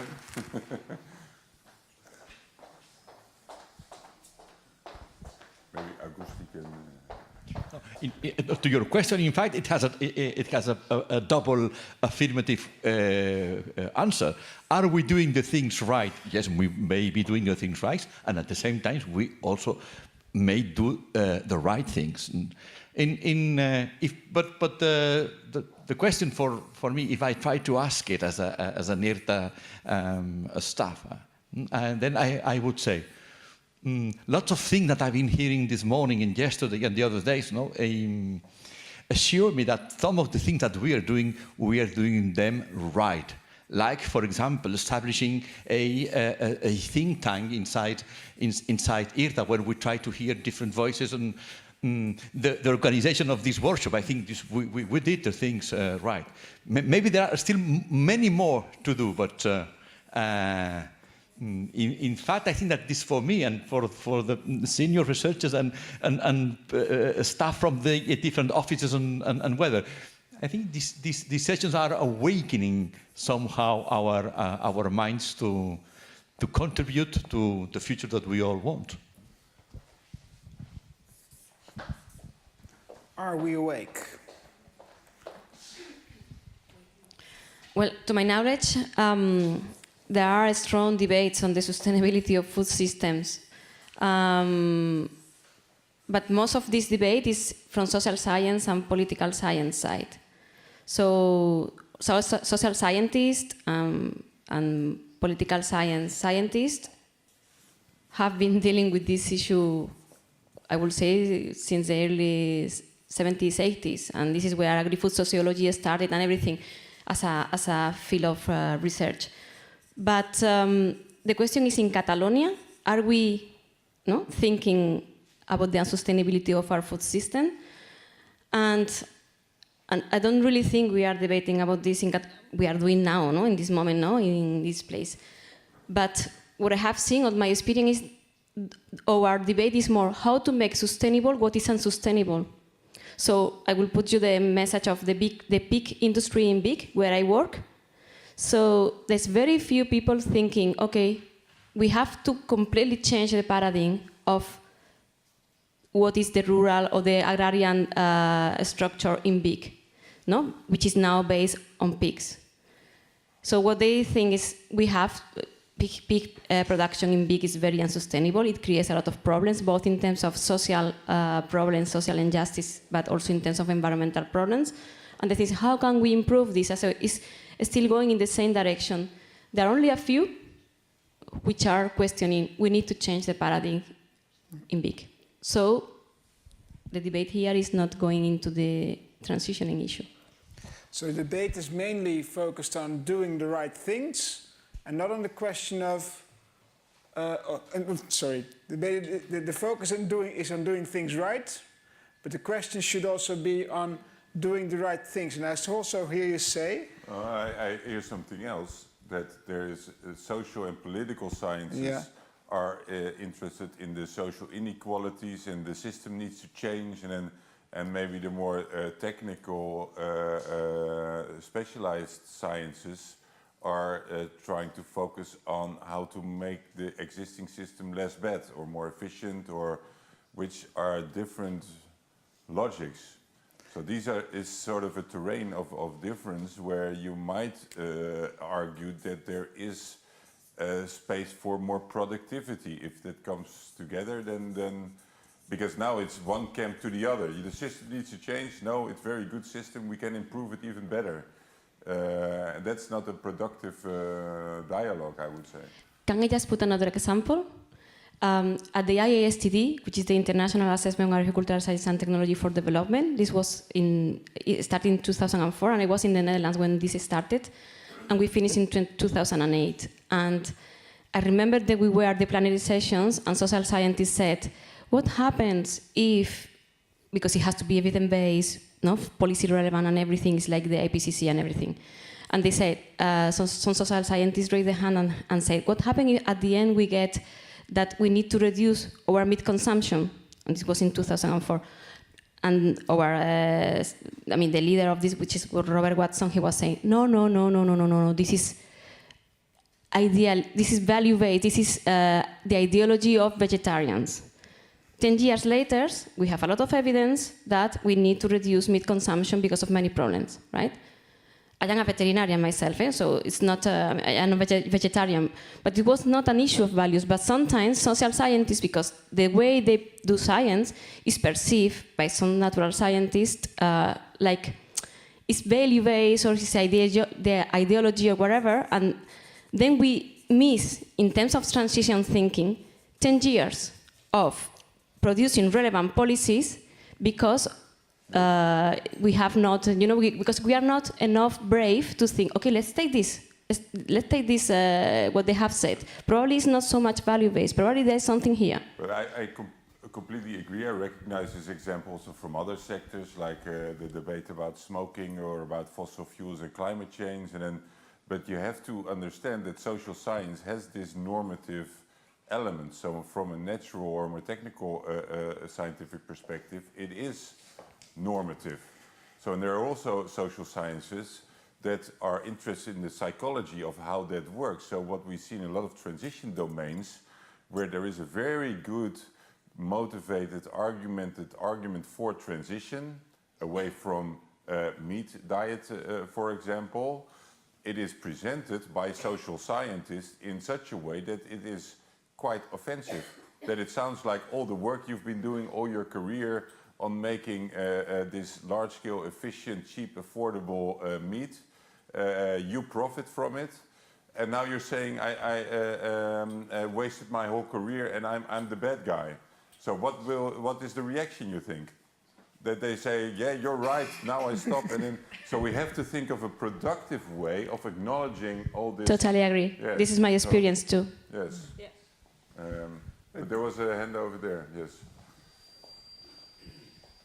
Natural scientists need to understand that they are also normative. Because, for example, Darwin's concept of natural selection, which everyone knows, he took it from Malthus. Most people don't know about this, but he took it from an ideology, from a philosopher. So you need to question as well this objectivity of sometimes of natural science. I mean, after all, it's embedded in a broader social context with institutions and so on. So yeah, I wanted to make this point because this idea that natural scientists are value-free, and I don't buy it.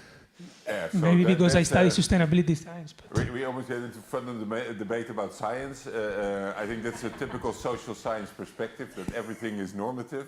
And I tend to agree as a social constructivist, but that's, yeah. So yes. I was just wondering if the crisis, for instance, economic crisis, also helped to think about unsustainability and to try to change things to more to a transition. For instance, in the local authorities, economic crisis helped to save energy, for instance. It made many local authorities get involved on that.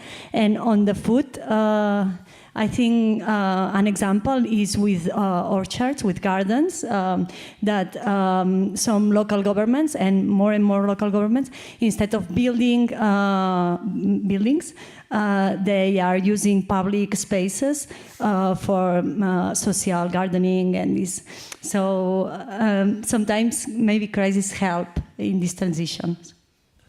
Yes, crises are part of transitions. So this is the idea of that these regimes that at a certain point they cannot improve their efficiency. So then you have crises, and that creates windows of opportunities for alternatives to emerge. But it's never a one-way process. So I think in a way you can also say that a lot of crises are wasted. So we had a big crisis in the financial system, in the economic system, but we didn't really use it to address the fundamental economic and social issues in the food system, for example.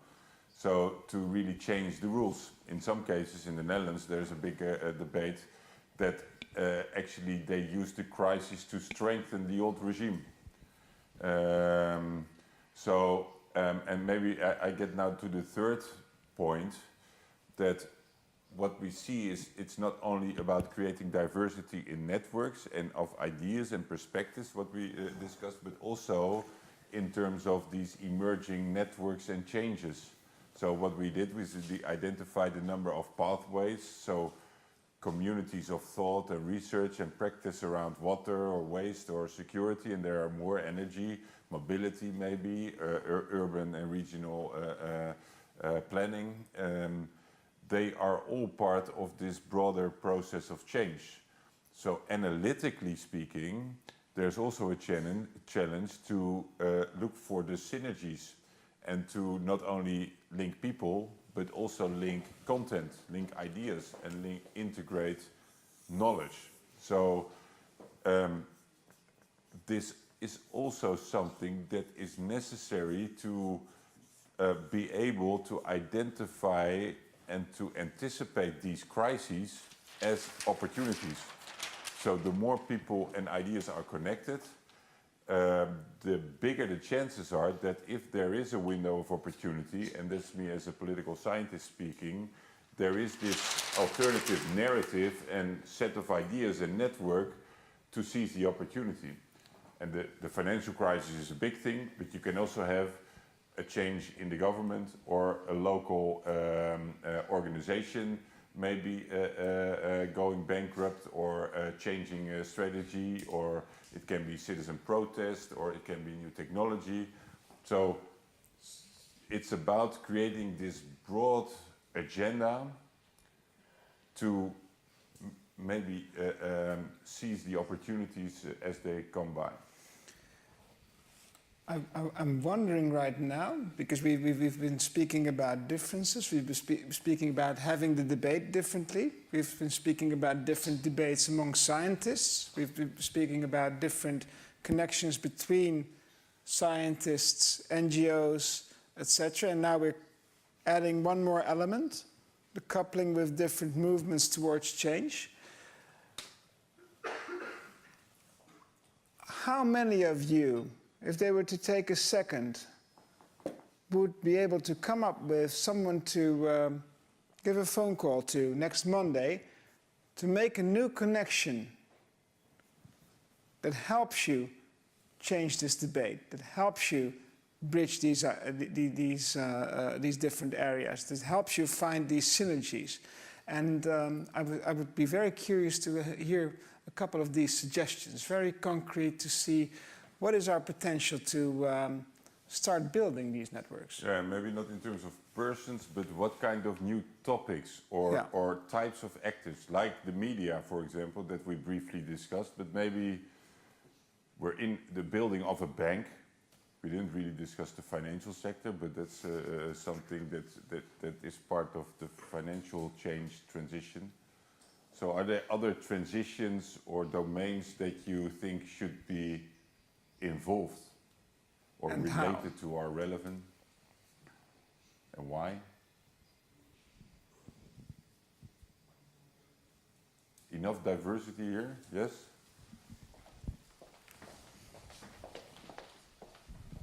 I think, sorry. In our case, I think it's very important to maintain the people in the territory.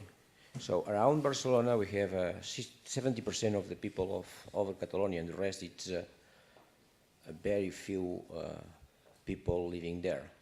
So it's important to maintain the people in these parts because this maintains the countryside, the landscape, the biodiversity, the products, the culture, and so on. I think there is an element to be taken into account as equilibrium between the cities and the country. And it's very important to see that these people are the gardeners of the landscape, and at the same time they have the experience to produce the food.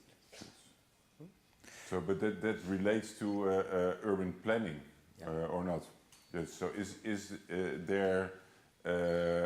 are there links between agricultural domain and the urban planning department? So, are they planning for food? There's someone. So, the woman in the back is in the urban food planning department. No. No, another field I think it's important in order to achieve these new spaces of discussion or to questioning what is the real problem, is the education system or the political education system, or how kids are taught to questioning their professors, their parents, or society. So if we are not growing people who is able to question the system, we are not really framing the real questions, the real problems. So it's a transition in the human production system, But in the education system. What could you do on next Monday to make a change in that? What could you do to direct education more at making change? Well, I think that if we do research, we have to do research so our results digestible or understandable to everybody, not just in the scientific community. So we need to invest. I know it's time to try to communicate results or the methods we use, and sometimes it's difficult for non-scientists or not in these fields to understand the figures and numbers and to criticize the numbers. For example, the other day, like food waste numbers or also environmental impacts, we know when we work with these numbers that they are debatable, so it's not the real number, but it's a tool. So we need to make people understand that they are tools, not the reality. Your neighbor also wants to say something. It's interesting also to have some people here saying, 2 days ago I wasn't an expert, and well, maybe now hesitating to say that they are an expert, but actually being able to talk about what's going on. Yes. So another 2 days you can become an educational expert. Well, let's not go there, but... No, for the education it's also very important to, not only for education, but to bring together the different consellerías. So we have the Agriculture General Directorate, and we have the Research and Education General Directorate. So if we want to improve our education system towards agri-food with a food system perspective or with a complex system thinking perspective, there has to be also a dialogue between agricultural and research and education. Yes, yes. On Monday we are having a meeting with the General Director of Universities, so so, so we are following your advice. Okay. This is a very concrete action. I like it. Setting up a lot. Yes, you. How are you going to get there? Yes. Here.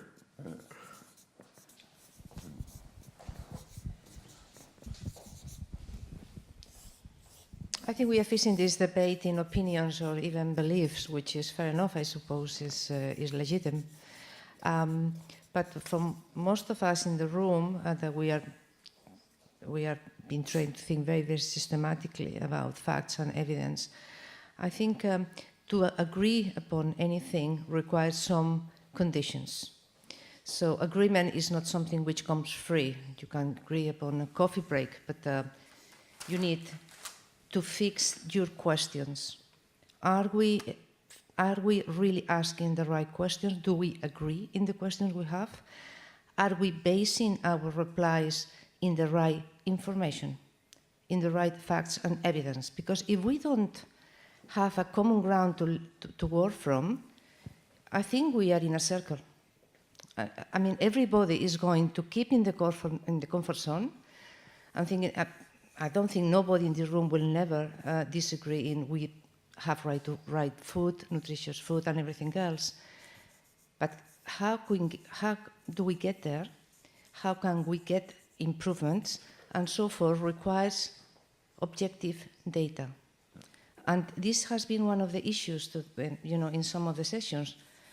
And so to come up with the scenarios, we'll have to agree in the starting point. Yes. And the starting point will require some tough conditions. Yes. If we don't make stringent conditions to begin with in the debate, I think we are going to be diverting. I know I say that yesterday, but this is the closing up, and I like to remind that. I think that we need to move. As an activist researcher, I would say this argument that we need more data and we need to agree on the data is the strategy not to do something. Because you can never agree on it. How much food waste is there? They're not counting. So do you need a researcher coming into every meeting, weighing? We can never have the exact figure. So it's, yes, we need to establish data, but sometimes we also have to agree that there is no absolute way to get all the data and that we should just experiment something somewhere. So we should just try things out. You have to be the starting point. Yes, yes, but if the... Yes, yes, yes. That's my point, not the data. I know the data. The boss of ETA to close, I think?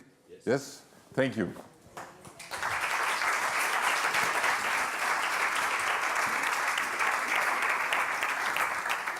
Bueno, ja estem acabant aquestes jornades. Jo, clar, no he intervingut. Avui he estat aquí amb vosaltres i m'he callat, no he dit per res. I no, des d'aquest faristol, no aprofitaré l'avantatge per fer tampoc cap intervenció. De totes maneres, sí que us volia traslladar una sèrie de qüestions. En primer lloc, que i s'ha comentat fa una estoneta que precisament l'ànim que des de l'IRTA hem tingut d'organitzar amb tota la modèstia del món aquesta jornada, podríem dir primera jornada de reflexió, ha estat precisament el copsar per una via diferent la percepció, el pensament i la reflexió de gent, inclús podríem dir organitzacions i col·lectius, amb els que amb quotidianitat fins ara no hi teníem massa relació.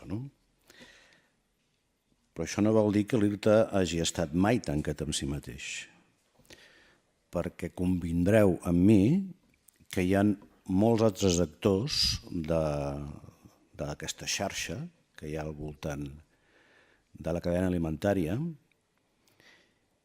que no són solament els científics, no són solament les entitats socials,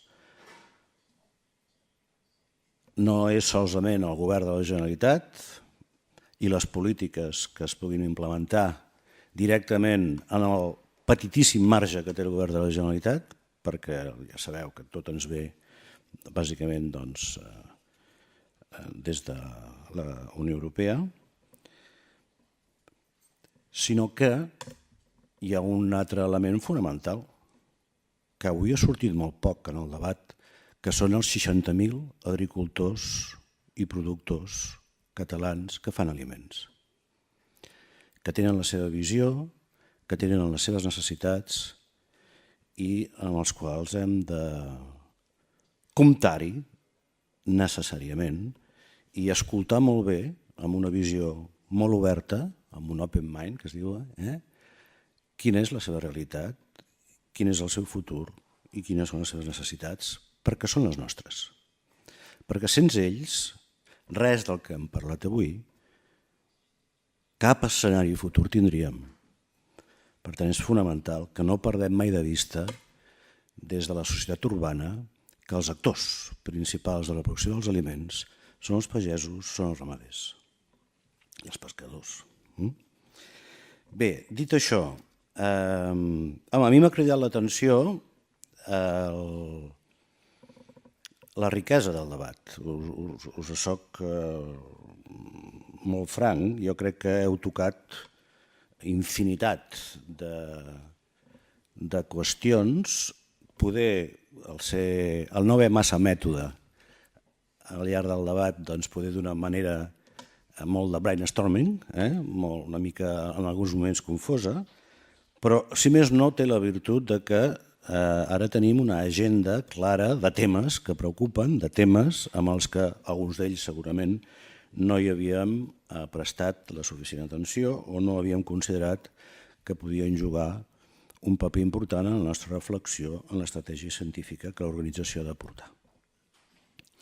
Per tant, m'ha cridat l'atenció la qualitat i la quantitat dels elements de conclusió que heu anat elaborant a través de les comissions de treball, de les 4 comissions de treball i a través avui del debat general.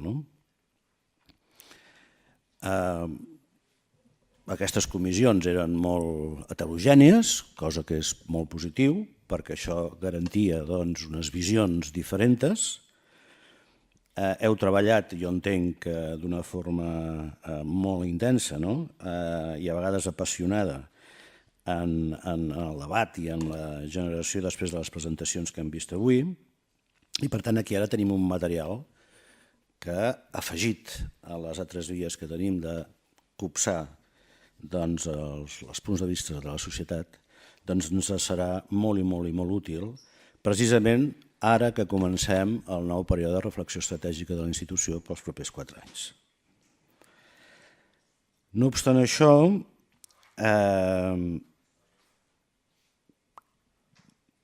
convindreu amb mi que això no pot quedar aquí,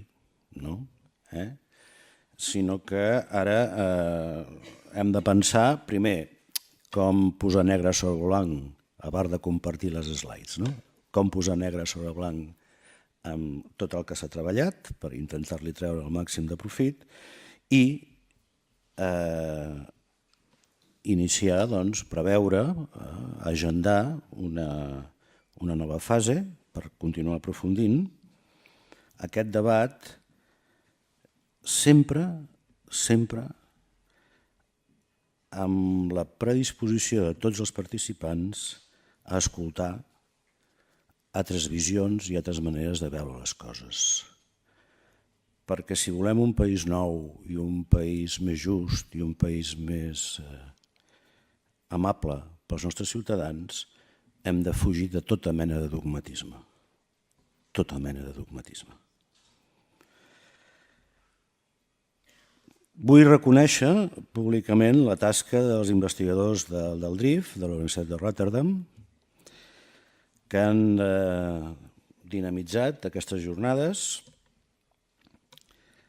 A vegades pensem que el que es dissenya, es pensa i s'implementa al nord d'Europa és molt distant de la nostra realitat dels països mediterranis. Veiem que no és així, que estem tots immersos amb els mateixos reptes i les mateixes amenaces en un món tan globalitzat i tan petit, que ja és un petit poble, de fet, tot i que m'hagués agradat, poder perquè només he estat avui entre vosaltres, però conèixer i visualitzar més la metodologia per tal precisament de poder continuar, com us deia fa un moment, aquesta reflexió que, insisteixo, no s'acaba aquí. Per tant, en el Derek, en el Meis i en PJ, doncs moltíssimes gràcies. Thank you for accepting the challenge to prepare and lead this workshop. Thank you for introducing us to the dynamics of transition, and thank you for being in Barcelona with us.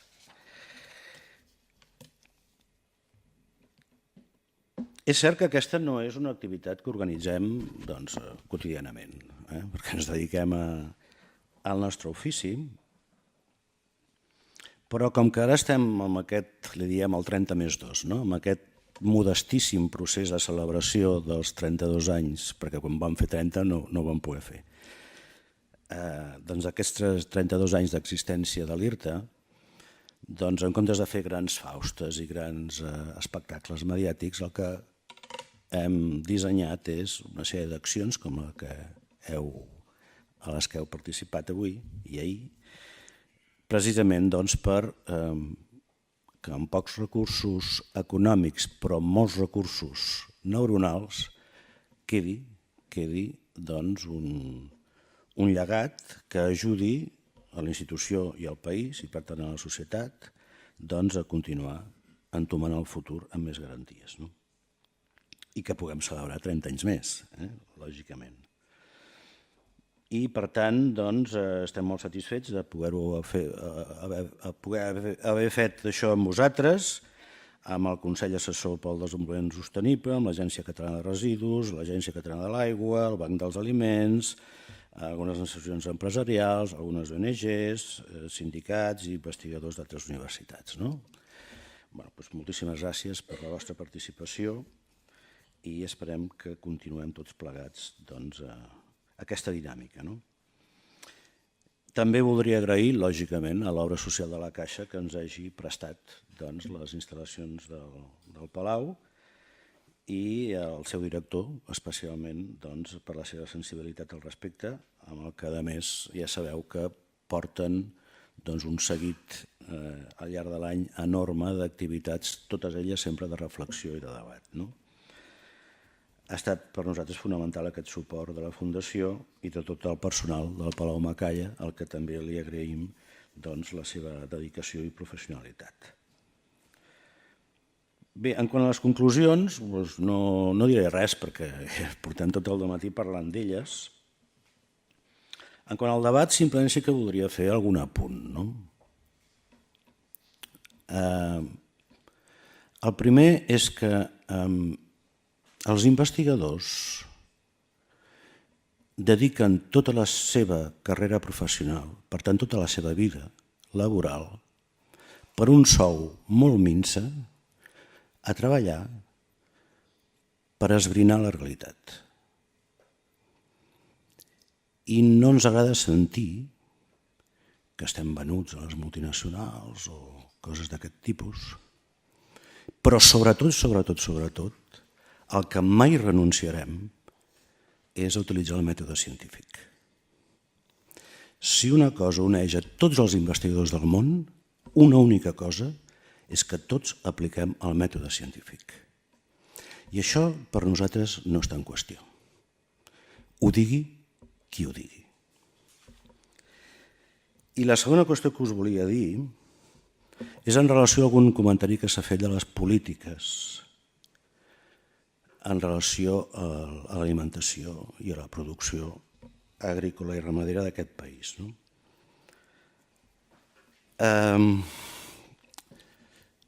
Jo no soc ni estic aquí per defensar les polítiques del govern de la Generalitat, perquè a més l'IRTA no depèn del govern de torn en quant a les polítiques científiques. De fet, nosaltres hem viscut per tots els colors de governs. Per tant, estem al marge, per sort, d'aquest debat. Però no seria just reconèixer, precisament per això, que governs de la Generalitat de diferents colors, d'oposats colors, durant 15 anys, si han aplicat alguns recursos a política pròpia, que dic que el marge és molt petit, en temes d'agricultura, a què ha estat? A la producció ecològica, a la producció integrada, al fruit net, i això és política. I això és política pensant en escenaris futurs. I això és política pensant en el benestar de la nostra ciutadania. I és just reconèixer-ho. Puc acceptar que hi ha hagut pocs recursos, puc acceptar que s'haguessin tingut que entomar moltes altres de polítiques, però és just reconèixer allò que sí que s'ha fet, insisteixo, des de visions polítiques totalment diferents en quant a color. També us volia recordar o fer avinent a aquells que no ho sapigueu que, com deia molt al començament, l'IRTA no està tancat en si mateix. Per què? Perquè a diferència de les universitats, en l'IRTA la nostra feina, la nostra ciència, l'orientem a resoldre problemes. Intentem resoldre problemes. Però clar, s'han d'identificar aquests problemes. I clar, des de la pròpia ciència, des dels nostres laboratoris o des de les nostres instal·lacions, no copsem la realitat al 100%, ni molt menys. Per tant, hem tingut que anar establint al llarg dels anys un conjunt de sistemes d'interlocució amb els agents socials. I, per exemple, tenim un consell assessor en el que precisament hi estan convidades diverses ONGs i tots els sindicats. Una altra cosa és que vinguin, però hi són.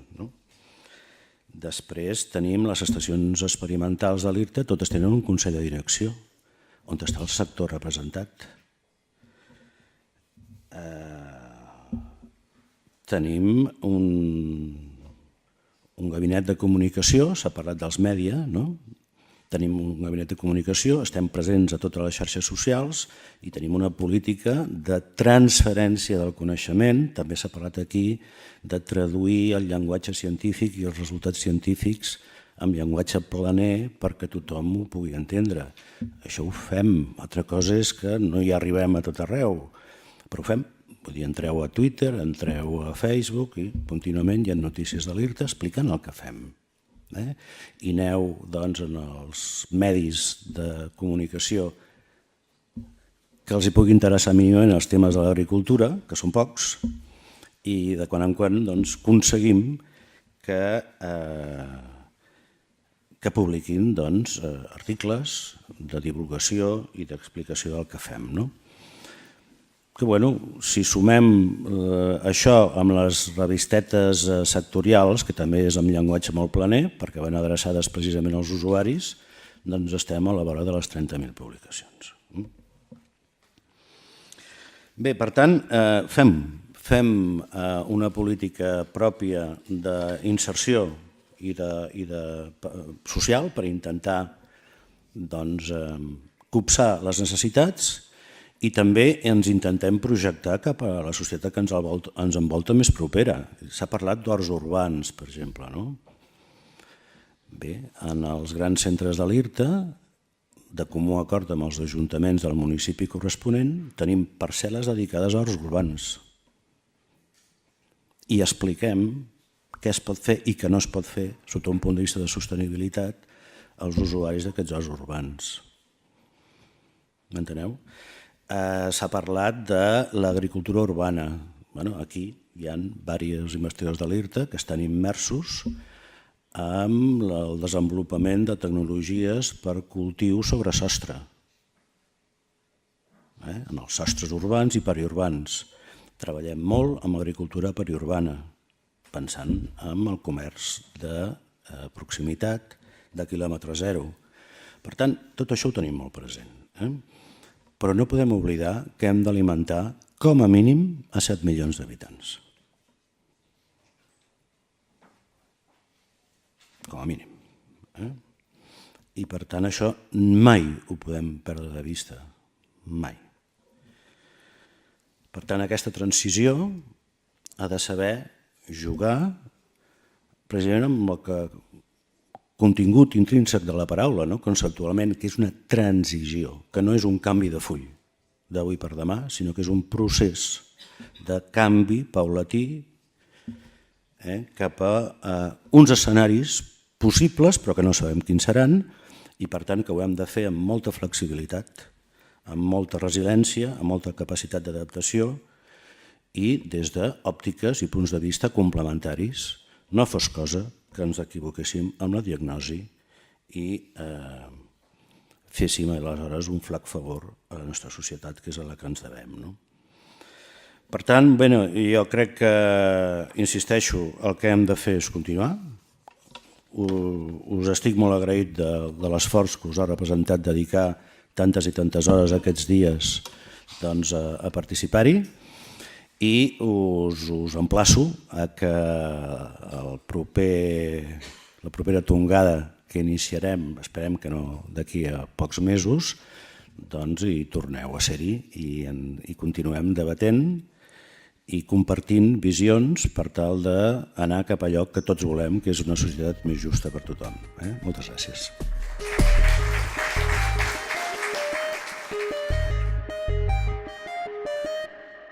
Obra social La Caixa, l'ànima de la Caixa.